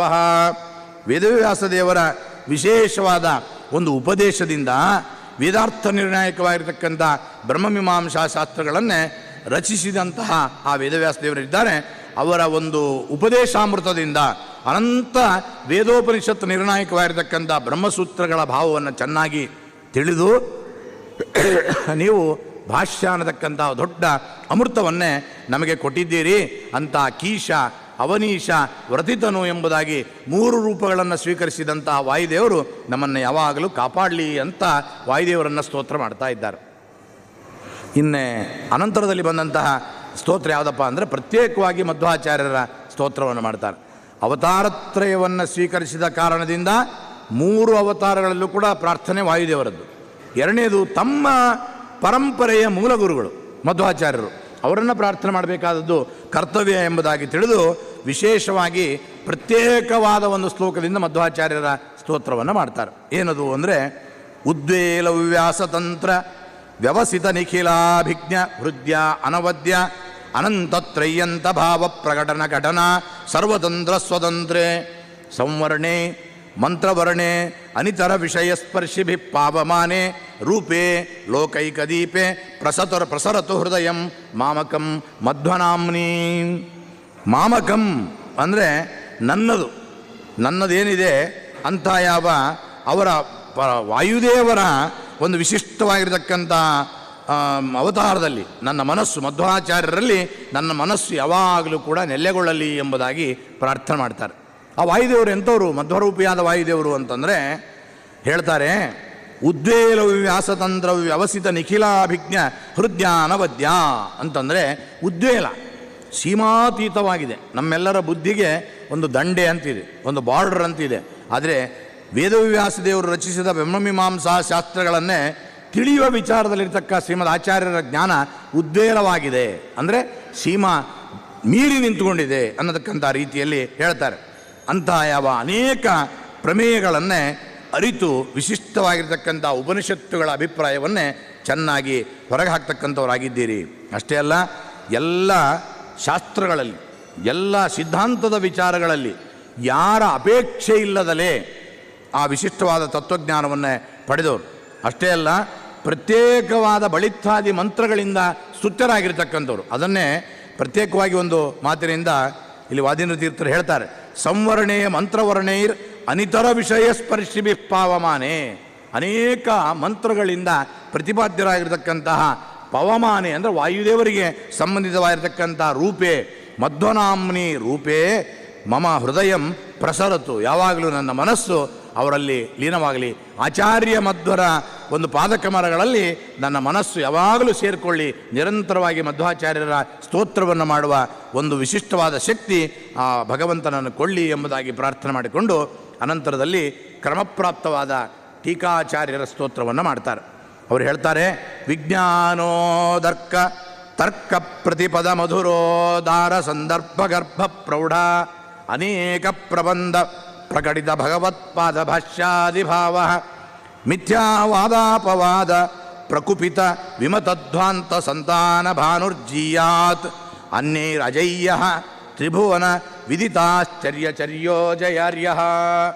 ಟೀಕಾಕೃತ್ಪಾದರ ವಿಚಾರವನ್ನು ಹೇಳ್ತಾರೆ, ತ್ರಿಭುವನ ವಿದಿತಾಶ್ಚರ್ಯಚರ್ಯೋ ಜಯಾರ್ಯ. 3 ಲೋಕಗಳಲ್ಲೂ ಕೂಡ ಪ್ರಸಿದ್ಧವಾದ ಆಶ್ಚರ್ಯಚರ್ಯರಾಗಿರ್ತಕ್ಕಂಥ ವ್ಯಕ್ತಿತ್ವವುಳ್ಳವರು ನಮ್ಮ ಟೀಕಾಕೃತ್ಪಾದರು. 3 ಲೋಕಗಳಲ್ಲೂ ಅವರ ಮಹಿಮೆ ವ್ಯಕ್ತವಾಗಿದೆ. ಅದು ಹೇಗೆ ಗೊತ್ತಾಗ್ತಾ ಇದೆ ಅಂದರೆ, ದಾಸರಾಯರು ಕೂಡ ಹೇಳ್ತಾರೆ, ಸುತ್ತೇಳು ಜಗಕ್ಕೆಲ್ಲ ಪ್ರಕಟಿಸಿ ಮೆರೆದಂತ ಅಂತ. ಎಲ್ಲ ಟೀಕಾಕೃತ್ಪಾದರ ವಾಕ್ಯಗಳು ಶ್ರೀಮದ್ ಆಚಾರ್ಯರ ತತ್ವವನ್ನೇ ಇಡೀ ಜಗತ್ತಿನಲ್ಲಿ ಅವರು ಪ್ರಸರಪಡಿಸಿರ್ತಕ್ಕಂಥವರಾಗಿದ್ದಾರೆ. ದೇವಲೋಕದಲ್ಲೂ ಕೂಡ ಟೀಕಾಕೃತ್ಪಾದರ ಗ್ರಂಥಗಳನ್ನೇ ಜ್ಞಾನದೃಷ್ಟಿಯಿಂದ ತಿಳಿದು ಅಧ್ಯಯನ ಮಾಡ್ತಾರೆ ಅನ್ನತಕ್ಕಂಥದ್ದು ನಮ್ಮ ಸಂಪ್ರದಾಯದ ಒಂದು ಪ್ರತೀತಿ ಇದೆ. ಆ ನಿಟ್ಟಿನಲ್ಲಿ ಟೀಕಾಕೃತ್ಪಾದರು ಬಹಳ ವಿಶಿಷ್ಟವಾದ ಜ್ಞಾನವುಳ್ಳವರಾಗಿದ್ದಾರೆ. ಆದ್ದರಿಂದ ವಿಶಿಷ್ಟವಾಗಿರತಕ್ಕಂಥ ಜ್ಞಾನವೇ ಅವರ ಗ್ರಂಥಕ್ಕೆ ಉತ್ತರ ಫಲ ಅಂದರೆ ಅಧ್ಯಯನ ಮಾಡಿದ ನಂತರದಲ್ಲಿ ಟೀಕಾಕೃತ್ಪಾದರ ಗ್ರಂಥವನ್ನು ಯಾರು ಅಧ್ಯಯನ ಮಾಡ್ತಾರೋ ಅವರಿಗೆ ಏನು ಫಲ ಅಂತ ಕೇಳಿದರೆ, ಸಂಪತ್ತು ಬೇಕಾದಷ್ಟು ಇದೆ. ನಮ್ಮ ಭಾವಿ ಸಮೀರರಾದ ವಾದಿರಾಜರು ಹೇಳ್ತಕ್ಕಂಥ ಮಾತನ್ನು ನೋಡಿದರೆ, ಸುಧಾಯ ಸ್ವೀಕರತ್ವ ವಿಷಯ ವಯಮೇವ ಸಾಕ್ಷಿಣ ಅಂತ ಹೇಳಿದರು. ಅವರು ಎಲ್ಲ ಕಡೆಗೂ ಹೋಗಲಾರದೆ ಒಂದು ಕಡೆಗೆ ಕುಳಿತಾಗ ಪ್ರತಿನಿತ್ಯದಲ್ಲೂ ಸುಧಾದಿ ಗ್ರಂಥಗಳನ್ನು ಪಾಠ ಹೇಳ್ತಾ ಇದ್ದರೆ ಆ ದಿನಕ್ಕೆ ಬೇಕಾದ ಸಂಪತ್ತು ಪರ್ಯಾಯಕ್ಕೆ ತಂದುಕೊಡ್ತಾ ಇದ್ದಂತೆ ಭಗವಂತ. ಆದ್ದರಿಂದ ಸುಧಾ ಶ್ರೀಕರ ಅನ್ನತಕ್ಕಂಥ ಮಾತು ಒತ್ತಿ ಒತ್ತಿ ವಾದಿರಾಜರು ಹೇಳಿದ್ದಾರೆ. ಅದು ಒಂದು ವಿಧವಾದ ಫಲವಾದರೂ ಕೂಡ ಮುಖ್ಯವಾದ ಫಲ ಏನು ಅಂದರೆ ವಾದೀಂದ್ರ ತೀರ್ಥರು ಹೇಳ್ತಾರೆ, ಈ ಟೀಕಾಕೃತ್ಪಾದರ ಸಮಸ್ತ ಗ್ರಂಥಗಳಿಗೆ ವಿಶಿಷ್ಟವಾದ ತತ್ವಜ್ಞಾನವೇ ಮುಖ್ಯವಾಗಿರತಕ್ಕಂಥ ಫಲ. ವಿಶಿಷ್ಟ ಜ್ಞಾನವೇ ಉತ್ತರ ಫಲವಾಗಿ ಉಳ್ಳಂತಹದ್ದು ನಮ್ಮ ಟೀಕಾಕೃತ್ಪಾದರ ಗ್ರಂಥ. ಯಾಕೆ ಅಂತಂದರೆ ಅನಿಷ್ಟಕ್ಕೆ ಪ್ರಭಂಜನ ಅಂತ ಹೇಳಿದರು. ಅನಿಷ್ಟ ಪ್ರಭಂಜನ ಅಂದರೆ ಇಷ್ಟವಾಗದೇ ಇರತಕ್ಕಂಥ ಪರಮತಗಳ ದೂಷಣ ವಾಕ್ಯಗಳೇನಿದ್ದಾವೆ ಅವಕ್ಕೆ ವಿಶಿಷ್ಟವಾದ ಒಂದು ಗಾಳಿ ಅಂತೆ, ಅದನ್ನು ಚೆನ್ನಾಗಿ ಓಡಿಸುವ ಸಾಮರ್ಥ್ಯವುಳ್ಳಂಥದ್ದು ನಮ್ಮ ಟೀಕಾಕೃತ್ಪಾದರ ಗ್ರಂಥಗಳಲ್ಲಿ ಸಾಮರ್ಥ್ಯ ಅನ್ನತಕ್ಕಂಥ ತುಂಬಿದೆ. ಅಷ್ಟೇ ಅಲ್ಲ, ಪ್ರತಿಪದ ಪ್ರೌಢಾನೇಕ ಪ್ರಬಂಧ ಪ್ರಕಟಿತ ಭಗವತ್ಪಾದ ಭಾಷ್ಯಾದಿಭಾವ, ದೊಡ್ಡ ದೊಡ್ಡ ಗ್ರಂಥಗಳು, ಅವರ ಗ್ರಂಥಗಳು ವಿಶಿಷ್ಟವಾಗಿರತಕ್ಕಂಥ ಸುಧಾದಿ ಗ್ರಂಥಗಳು. ಸಮಸ್ತ ಉಪನಿಷತ್ ಭಾಷ್ಯಕ್ಕೆ ಟೀಕಾದಿಗಳು, ಆ ಗೀತಾ ಭಾಷ್ಯಕ್ಕೆ ಟೀಕಾ, ಪ್ರತಿಯೊಂದು ವಿಚಾರದಲ್ಲೂ ಕೂಡ ಆಚಾರ್ಯರ ಹೃದಯವನ್ನೇ ಹೊರಹಾಕುವ ವಿಚಾರದಲ್ಲಿ ಟೀಕಾಕೃತ್ಪಾದರು ರಚಿಸಿದಂತಹ ಒಂದು ಪ್ರೌಢ ಗ್ರಂಥಗಳೇನಿದೆ ಅಂತಹ ಪ್ರೌಢ ಗ್ರಂಥಗಳಿಂದ ಆಚಾರ್ಯರ ಭಾಷ್ಯದ ಹೃದಯವನ್ನೇ ಜನರಿಗೆ ಮುಟ್ಟುವಂತೆ ತೋರಿಸಿದ ವ್ಯಕ್ತಿತ್ವ ನಮ್ಮ ಟೀಕಾಕೃತ್ಪಾದರದ್ದು. ಆದ್ದರಿಂದ ಟೀಕಾಕೃತ್ಪಾದರನ್ನು ಪ್ರಾರ್ಥನೆ ಮಾಡ್ತಾ ಇನ್ನೊಂದು ಏನು ಹೇಳ್ತಾರೆ ಅಂದರೆ, ಮಿಥ್ಯಾವಾದಾಪವಾದ ಪ್ರಕುಪಿತ ವಿಮತಧ್ವಾಂತ ಸಂತಾನ ಭಾನುಹು. ಯಾರ ಒಂದು ಗ್ರಂಥಗಳ ಉದಯದಿಂದ ಲೋಕದಲ್ಲಿ ಪರಮತಗಳೆಂಬ ಕತ್ತಲೇನಿದೆ ಆ ಕತ್ತಲು ಓಡಿ ಹೋಯ್ತಂತೆ. ಯಾಕೆ ಅಂದರೆ ಟೀಕಾಕೃತ್ಪಾದರ ಗ್ರಂಥಗಳೆಂಬ ಸೂರ್ಯೋದಯವಾದ ಮೇಲೆ ಕತ್ತಲು ಇನ್ನೆಲ್ಲಿಂದ ಬರಬೇಕು? ಕತ್ತಲು ಹುಟ್ಟಡಿಗೆ ಹೋಗತಕ್ಕಂಥದ್ದಾಗಿದೆ ಟೀಕಾಕೃತ್ಪಾದರ ಗ್ರಂಥದಿಂದ. ಅದನ್ನು ಹೇಳಿದರು, ಮಿಥ್ಯಾವಾದಾಪವಾದ ಅಂತೇನಿದೆ ಅವೆಲ್ಲವೂ ಕೂಡ ಅವುಗಳನ್ನು ಪ್ರಕುಪಿತ ವಿಮತಧ್ವಾಂತ ಸಂತಾನ ಭಾನುಹು, ವಿಮತವೆಂಬ ಕತ್ತಲಿಗೆ ಸೂರ್ಯನ ಕಿರಣದಂತೆ ಇರತಕ್ಕಂಥವರಾಗಿದ್ದಾರೆ. ಅಂತಹ ಯಾವ ಜಯಾರ್ಯ ಅಜಯ್ಯ, ಇನ್ನೊಬ್ಬರಿಂದ ಗೆಲ್ಲಲು ಸಾಧ್ಯವಿಲ್ಲದಿರತಕ್ಕಂಥ ವ್ಯಕ್ತಿ ಉಳ್ಳಂತಹ ಆ ಟೀಕಾಕೃತ್ಪಾದರ ಒಂದು ಇದು ಜಿಯಾತ್, ಲೋಕದಲ್ಲಿ ಪ್ರಸಿದ್ಧಿ ಆಗಲಿ, ಬೆಳವಣಿಗೆ ಆಗಲಿ, ಜಗತ್ತಿನಲ್ಲಿ ಇದಾಗಲಿ, ಖ್ಯಾತವಾಗಲಿ ಅನ್ನತಕ್ಕಂಥ ರೀತಿಯಲ್ಲಿ ಪ್ರಾರ್ಥನೆ ಮಾಡಿಕೊಂಡು ಟೀಕಾಕೃತ್ಪಾದರ ಸ್ತೋತ್ರವನ್ನೇ ಮಾಡ್ತಾರೆ. ಮುಂದೆ ಬರತಕ್ಕಂತಹ ವಿಚಾರವೇ ವಿಭುಧೇಂದ್ರ ತೀರ್ಥ ಶ್ರೀಪಾದಂಗಳು. ಇವರ ಬಗ್ಗೆ ಒಂದು ಮಾತನ್ನು ಹೇಳಿ ನಾನು ಈ ಶ್ಲೋಕಕ್ಕೆ ಮುಂದೆ ಹೋಗ್ತೇನೆ. ವಿಭುಧೇಂದ್ರ ತೀರ್ಥರು ಅಂತಂದರೆ ನಮ್ಮ ಮಂತ್ರಾಲಯ ಮಠದ ಪರಂಪರೆಯಲ್ಲಿ ಅವರೊಬ್ಬ ಶಕಪುರುಷರು. ಅಷ್ಟೇ ಅಲ್ಲ, ಇವತ್ತು ಏನಾದರೂ ಜಗತ್ತಿನಲ್ಲಿ ಯಾವುದೇ ಮಠಗಳಲ್ಲಿ ಯಾವುದೇ ವಿದ್ವಾಂಸರಲ್ಲಿ ಶ್ರೀಮದ್ ಆಚಾರ್ಯರ ಶಾಸ್ತ್ರ ಒಂದು ಕಡೆಗೆ ಕೇಂದ್ರೀಕೃತವಾಗಿದೆ ಅಂತನ್ನೋದಾದರೆ ಎಲ್ಲ ಕಡೆಗೂ ಕೂಡ ಕೊಂಡೆಯಂತೆ ಇದ್ದವರು ನಮ್ಮ ವಿಭುಧೇಂದ್ರ ತೀರ್ಥ ಶ್ರೀಪಾದಂಗಳವರು. ಮಧ್ವಾಚಾರ್ಯರ ಒಂದು ಶಾಸ್ತ್ರದ ಸಾರ ಟೀಕಾಕೃತ್ಪಾದರಲ್ಲಿ ಕೇಂದ್ರೀಕೃತವಾಗಿತ್ತು. ಅವರ ಮೂಲಕವಾಗಿ ಬೆಳೆದು ವಿದ್ಯಾಧಿರಾಜರ ಮೂಲಕವಾಗಿ ಹರಡಿದ್ದು ನಮ್ಮ ವಿಭುಧೇಂದ್ರ ತೀರ್ಥರಲ್ಲಿ. ವಿಭುಧೇಂದ್ರ ತೀರ್ಥರ ವಿದ್ಯಾಶಿಷ್ಯರು ಶ್ರೀಪಾದರಾಜರು, ಶ್ರೀಪಾದರಾಜರ ವಿದ್ಯಾಶಿಷ್ಯರು ವ್ಯಾಸರಾಜರು, ವಾದಿರಾಜರು ಒತ್ತೊಟ್ಟಿಗೆ ಇದ್ದುಕೊಂಡು ಅಧ್ಯಯನ ಮಾಡಿದವರು. ಅಂದ ವ್ಯಾಸರಾಜರ ಶಿಷ್ಯರು ವಿಜೇಂದ್ರ ತೀರ್ಥರು. ಹೀಗೆ ಅಲ್ಲಿಂದ ಮತ್ತೆ ಕಂಬಾಲೂರು ರಾಮಚಂದ್ರ ತೀರ್ಥರು. ಎಲ್ಲ ಮಠಗಳಲ್ಲೂ ಕೂಡ ಇವತ್ತು ಏನಾದರೂ ತತ್ವಜ್ಞಾನ ಹರಿದು ನಿಂತಿದೆ ಅಂತಂದರೆ ಅದಕ್ಕೆ ಮೂಲ ಕೊಂಡಿಯಂತೆ ಇದ್ದಂತಹ ಮಹಾನುಭಾವರು ನಮ್ಮ ವಿಭುಧೇಂದ್ರ ತೀರ್ಥ ಶ್ರೀಪಾದಂಗಳವರು ಅಂತ ಹೇಳಿದರೆ ತಪ್ಪಾಗಲಿಕ್ಕಿಲ್ಲ. ಪ್ರತಿನಿತ್ಯದಲ್ಲೂ ಕೂಡ ಒಬ್ಬೊಬ್ಬ ಪ್ರತಿವಾದಿಗಳನ್ನು ವಾದದಲ್ಲಿ ಗೆದ್ದು ಅವರಿಂದ ಜಯಪತ್ರಿಕೆಯನ್ನು ಪಡೆದು ಅದು ಮೂಲರಾಮದೇವರ ಪಾದದಲ್ಲಿ ಇಟ್ಟು ಅನಂತರಲ್ಲೇ ಭಿಕ್ಷಾ ಮಾಡ್ತಾ ಇದ್ದರೆ ಹೊರತಾಗಿ ಅಲ್ಲಿವರೆಗೂ ಭಿಕ್ಷಾ ಮಾಡುವ ವ್ಯವಸ್ಥೆಯನ್ನು ಇಟ್ಕೊಂಡಿರಲಿಲ್ಲ. ಅದಕ್ಕೆ ವಿಭುಧೇಂದ್ರ ತೀರ್ಥರ ಬಗ್ಗೆ ವರ್ಣನೆ ಮಾಡ್ತಾ ಒಂದು ಮಾತನ್ನು ಹೇಳ್ತಾರೆ. ವಿಭುಧೇಂದ್ರ ತೀರ್ಥ ಶ್ರೀಪಾದಂಗಳವರು ಎಷ್ಟು ಜನರಿಂದ ಜಯಪತ್ರಿಕೆಯನ್ನು ಪಡೆದಿದ್ದರೋ ಅವೆಲ್ಲವೂ ಬಂಗಾರದ ಒಂದು ಪದಕಗಳನ್ನಾಗಿ ಮಾಡಿ ತಿರುಪತಿಯ ಶ್ರೀನಿವಾಸನಿಗೆ ಆ ಜಯಪತ್ರಿಕೆಯ ಮಾಲಾರ್ಪಣೆಯನ್ನು ಮಾಡಿದ್ರಂತೆ. ರಾಘವೇಂದ್ರ ವಿಜಯ ವ್ಯಾಖ್ಯಾನಕಾರ ಹೇಳ್ತಾರೆ, ಅದ್ಯಾಪಿ ವೆಂಕಟೇಶ್ವರೇ ದೃಶ್ಯತೆ. ಇವತ್ತಿಗೂ ಶ್ರೀನಿವಾಸನ ಸನ್ನಿಧಾನದಲ್ಲಿ ವಿಭುಧೇಂದ್ರ ತೀರ್ಥ ಶ್ರೀಪಾದಂಗಳವರು ಅರ್ಪಿಸಿದ ಜಯಪತ್ರಿಕೆಯ ಮಾಲೆ ಇದೆ. ಇವತ್ತೆಲ್ಲಿದೋ ಗೊತ್ತಿಲ್ಲ. ಅಂತೂ ಈ ರಾಘವೇಂದ್ರ ವಿಜಯ ವ್ಯಾಖ್ಯಾನಕಾರರು ಒಂದು 100-150 ವರ್ಷದ ಕೆಳಗೆ ಬರೆದವರು. ಅವರು ಹೇಳ್ತಾರೆ, ಇವತ್ತು ಶ್ರೀನಿವಾಸನ ಸನ್ನಿಧಾನದಲ್ಲಿ ವಿಭುಧೇಂದ್ರ ತೀರ್ಥರು ಸಮರ್ಪಿಸಿದ ಜಯಪತ್ರಿಕೆಯ ಒಂದು ಮಾಲೆ ಶ್ರೀನಿವಾಸನಲ್ಲಿ ಇದೆ ಅಂತ ಹೇಳಬೇಕಾದ್ರೆ ಎಷ್ಟು ನಮ್ಮ ಶ್ರೀಮದಾಚಾರ್ಯರ ತತ್ವ ಸಿದ್ಧಾಂತದಲ್ಲಿ ಅವರಿಗೆ ದೀಕ್ಷೆ ಇತ್ತು, ಎಷ್ಟು ತತ್ವ ಸಿದ್ಧಾಂತವನ್ನು ಜಗತ್ತಿಗೆ ಅವರು ತೋರಿಸಿಕೊಟ್ಟರು ಅನ್ನತಕ್ಕಂಥದ್ದು ವಿಭುಧೇಂದ್ರ ತೀರ್ಥರ ಅದ್ಭುತವಾದ ಮಹಿಮೆಯಿಂದ ಗೊತ್ತಾಗ್ತಾ ಇದೆ. ಅವರ ಒಂದು ಸ್ವಪ್ನದಲ್ಲಿ ಲಬ್ಧವಾದಂತಹ ಷೋಡಶಬಾಹು ನರಸಿಂಹದೇವರು ಅದ್ಯಾಪಿ ನಮ್ಮ ಶ್ರೀಮಠದಲ್ಲಿ ಪೂಜೆಗೊಳ್ತಾ ಇದೆ. ಅದು ನಮ್ಮ ಸ್ವಾಮಿಗಳವರು ನರಸಿಂಹ ಜಯಂತಿಯ ಮುಂತಾದ ಪ್ರಧಾನ ದಿನಗಳಲ್ಲಿ ಅದನ್ನು ತೆಗೆದು ಪೂಜೆ ಮಾಡುವ ಸಂಪ್ರದಾಯವನ್ನು ಇಟ್ಕೊಂಡಿದ್ದಾರೆ. ಅಂಥ ವಿಭುಧೇಂದ್ರ ತೀರ್ಥರ ಬಗ್ಗೆ ಸ್ತೋತ್ರವನ್ನು ಮಾಡ್ತಾ ಒಂದು ಮಾತನ್ನು ಹೇಳ್ತಾರೆ. ಶ್ರೀಮತ್ ಪೂರ್ಣ ಪ್ರಬೋಧ ಪ್ರಕಟಿತ ಪದವೀಧಾವಿ ಮೇಧಾವಿ ಧೀಬತ್ ಸೇಮ ನಾಸೀರ ಸೀಮ ಸಮುದಿತ ವಿದಿತ ಬಾಧಯೋಧಾಧಿ ನೇತಾ. ದೊಡ್ಡ ವಿಶೇಷವನ್ನು ಕೊಟ್ಟರು. ಏನದು ಅಂತಂದರೆ, ಮಧ್ವಾಚಾರ್ಯರಿಂದ ಈ ಯಾವ ಒಂದು ತತ್ವಶಾಸ್ತ್ರ ಜಗತ್ತಿನಲ್ಲಿ ಏನು ಪ್ರಸಿದ್ಧವಾಗಿದೆ ಅವರಿಂದ ಪ್ರಕಟಿತವಾದ ಪದವೀಧಾವಿ ಮೇಧಾವಿ ಧೀಮತ್ ಅಂತ ಹೇಳಿದರು. ಅಂದರೆ ಈ ಸದ್ವೈಷ್ಣವ ಮಾರ್ಗದಲ್ಲಿ ನಡೆದು ಬರತಕ್ಕಂತಹ ಬುದ್ಧಿವಂತರಾದ ವಿದ್ವಾಂಸರು ಅಂತೇನಿದೆ ಆ ಪಡೆಗಳೇ ಪರಮತಗಳ ಮೇಲೆ ಯುದ್ಧ ಮಾಡಲಿಕ್ಕೆ ಹೊರಡುವ ಒಂದು ದೊಡ್ಡ ಸೈನ್ಯ. ಆಚಾರ್ಯರ ಸಿದ್ಧಾಂತದ ಪರಂಪರೆಯ ತತ್ವಜ್ಞಾನದ ಒಂದು ಪದ್ಧತಿಯಲ್ಲಿ ಬೆಳೆದು ಬಂದಂಥ ವಿದ್ವಾಂಸರ ಸೈನ್ಯ ಏನಿದೆ ಅದು ಒಂದು ದೊಡ್ಡ ಸೈನ್ಯದ ಪಡೆ. ಇವರೇನು ಕತ್ತಿ ಹಿಡಿದು ಯುದ್ಧ ಮಾಡ್ತಾರ ಅಂತಂದರೆ ಹಾಗಲ್ಲ, ವಾಗಸ್ತ್ರಗಳನ್ನು ಹಿಡ್ಕೊಂಡಿದ್ದಾರೆ. ಶ್ರೀಮದ್ ಆಚಾರ್ಯರ ತತ್ವಶಾಸ್ತ್ರದ ಒಂದು ನಿರ್ಣಯ ನ್ಯಾಯಗಳು ಅಂತೇನಿದೆ ಅವುಗಳನ್ನು ಹಿಡ್ಕೊಂಡು ಪ್ರತಿವಾದಿಗಳೆಂಬ ಯೋಧರ ಜೊತೆಗೆ ಯುದ್ಧವನ್ನು ಮಾಡತಕ್ಕಂಥ ಸಂದರ್ಭದಲ್ಲಿ ಒಂದು ಸೈನ್ಯದ ಪಡೆ ಇತ್ತಂತೆ ಆ ಕಾಲದಲ್ಲಿ. ಆ ಸೈನ್ಯದ ಪಡೆಯಲ್ಲಿ ವಿಭುಧೇಂದ್ರ ತೀರ್ಥರ ಸ್ಥಾನ ಯಾವುದಪ್ಪ ಅಂದರೆ ಸೇನಾನಿ ಅಂತ ಹೇಳಿದರು. ಸೇನಾನಿ ಅಂದರೆ ಆ ಸೈನ್ಯವನ್ನು ಮುನ್ನಡೆಸುವ ವ್ಯಕ್ತಿತ್ವ. ಅದಕ್ಕೇನೆ ನಾನು ಅದನ್ನು ಹೇಳಿದ್ದು. ಶ್ರೀಮದ್ ಆಚಾರ್ಯರ ತತ್ವಶಾಸ್ತ್ರದ ಇದು ಇವತ್ತು ಜಗತ್ತಿನಲ್ಲಿ ಪ್ರಚಲಿತವಾಗಿದೆ ಅಂದರೆ ಅದೆಲ್ಲದಕ್ಕೂ ಮೂಲ ಕೊಂಡಿಯಂತೆ ಇದ್ದಂಥವರು ನಮ್ಮ ವಿಭುಧೇಂದ್ರ ತೀರ್ಥ ಶ್ರೀಪಾದಂಗಳವರು. ಅಂಥ ಸೇನಾ ನಾಸೀರ ಸೀಮಾ ಸಮುದಿತ ವಿದಿತ ವಾದಯೋ ಅಧಿನೇತರಾಗಿದ್ದರು. ಅಷ್ಟೇ ಅಲ್ಲ, ಮಾಯಾ ಸಿದ್ಧಾಂತ ದೀಕ್ಷಾ ವಿಘಟನ ಘಟನಾ ಸರ್ವತಂತ್ರ ಸ್ವತಂತ್ರ. ಆ ಮಾಯಾಮತ ಅಂತೇನಿದೆ ಅಂಥ ಸಿದ್ಧಾಂತದ ದೀಕ್ಷೆಯನ್ನೇ ವಿಘಟನ ಘಟನಾ ತುಂಡರಿಸೋದರಲ್ಲಿ, ನಾಶ ಮಾಡೋದರಲ್ಲಿ ಸರ್ವತಂತ್ರ ಸ್ವತಂತ್ರರಾಗಿರ್ತಕ್ಕಂಥವರಾಗಿದ್ದರು.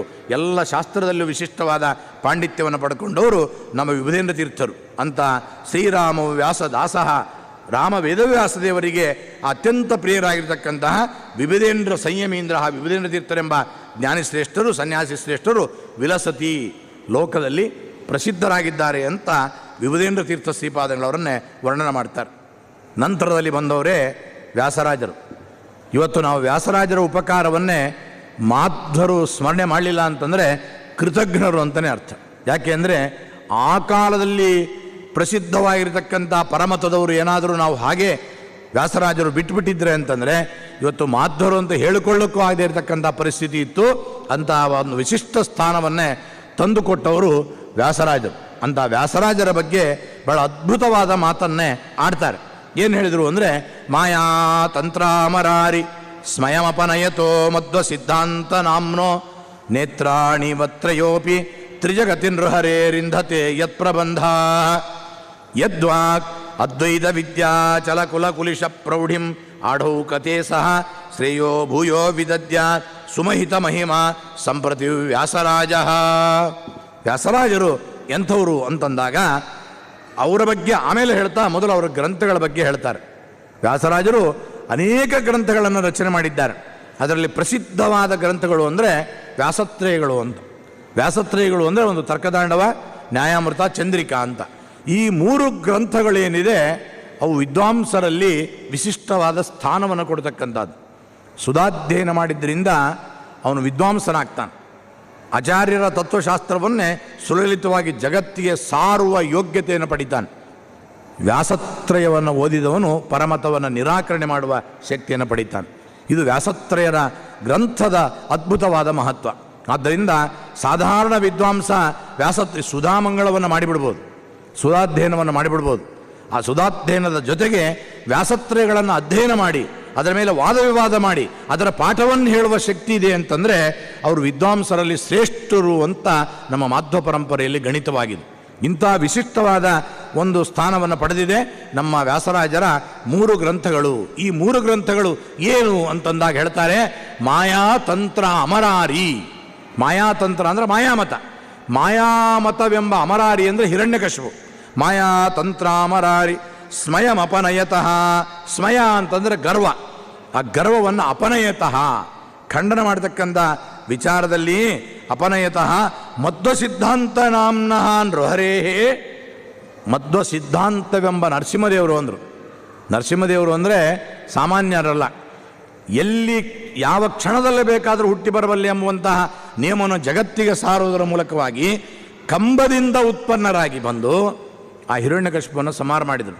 ಆದ್ದರಿಂದ ಯಾವ ಕ್ಷಣದಲ್ಲಿ ಬೇಕಾದರೂ ಕೂಡ ಆಚಾರ್ಯರ ಸಿದ್ಧಾಂತ ಜಗತ್ತಿನಲ್ಲಿ ವ್ಯಾಪಿಸಿ ಆ ದುಷ್ಟನಾಗಿರತಕ್ಕಂತಹ ಮಾಯಾಮತವೆಂಬ ಹಿರಣ್ಯಕಶಿಪುವನ್ನೇ ಸಂಹಾರ ಮಾಡೋದಲ್ಲಿ ಆ ನರಸಿಂಹದೇವರು ವಿಶಿಷ್ಟವಾದ ಸ್ಥಾನವನ್ನು ಪಡೀತಾರೆ. ಈ ಅದ್ವೈತ ಮಾಯಾಮತವನ್ನು ನಿರಾಕರಣೆ ಮಾಡತಕ್ಕಂತಹ ನರಸಿಂಹದೇವರು ಎಂಬತಕ್ಕಂತಹ ಅವರಿಗೆ 3 ಕಣ್ಣುಗಳಿದೆ. ನರಸಿಂಹದೇವರಿಗೆ 3 ಕಣ್ಣಿದೆ ಅಂತನ್ನುವಂತಹ ವಿಚಾರವನ್ನೇ ಮನ್ಯು ಸೂಕ್ತದ ವ್ಯಾಖ್ಯಾನದಲ್ಲಿ ನಮ್ಮ ಧೀರೇಂದ್ರ ತೀರ್ಥರು ತೋರಿಸಿಕೊಡ್ತಾರೆ.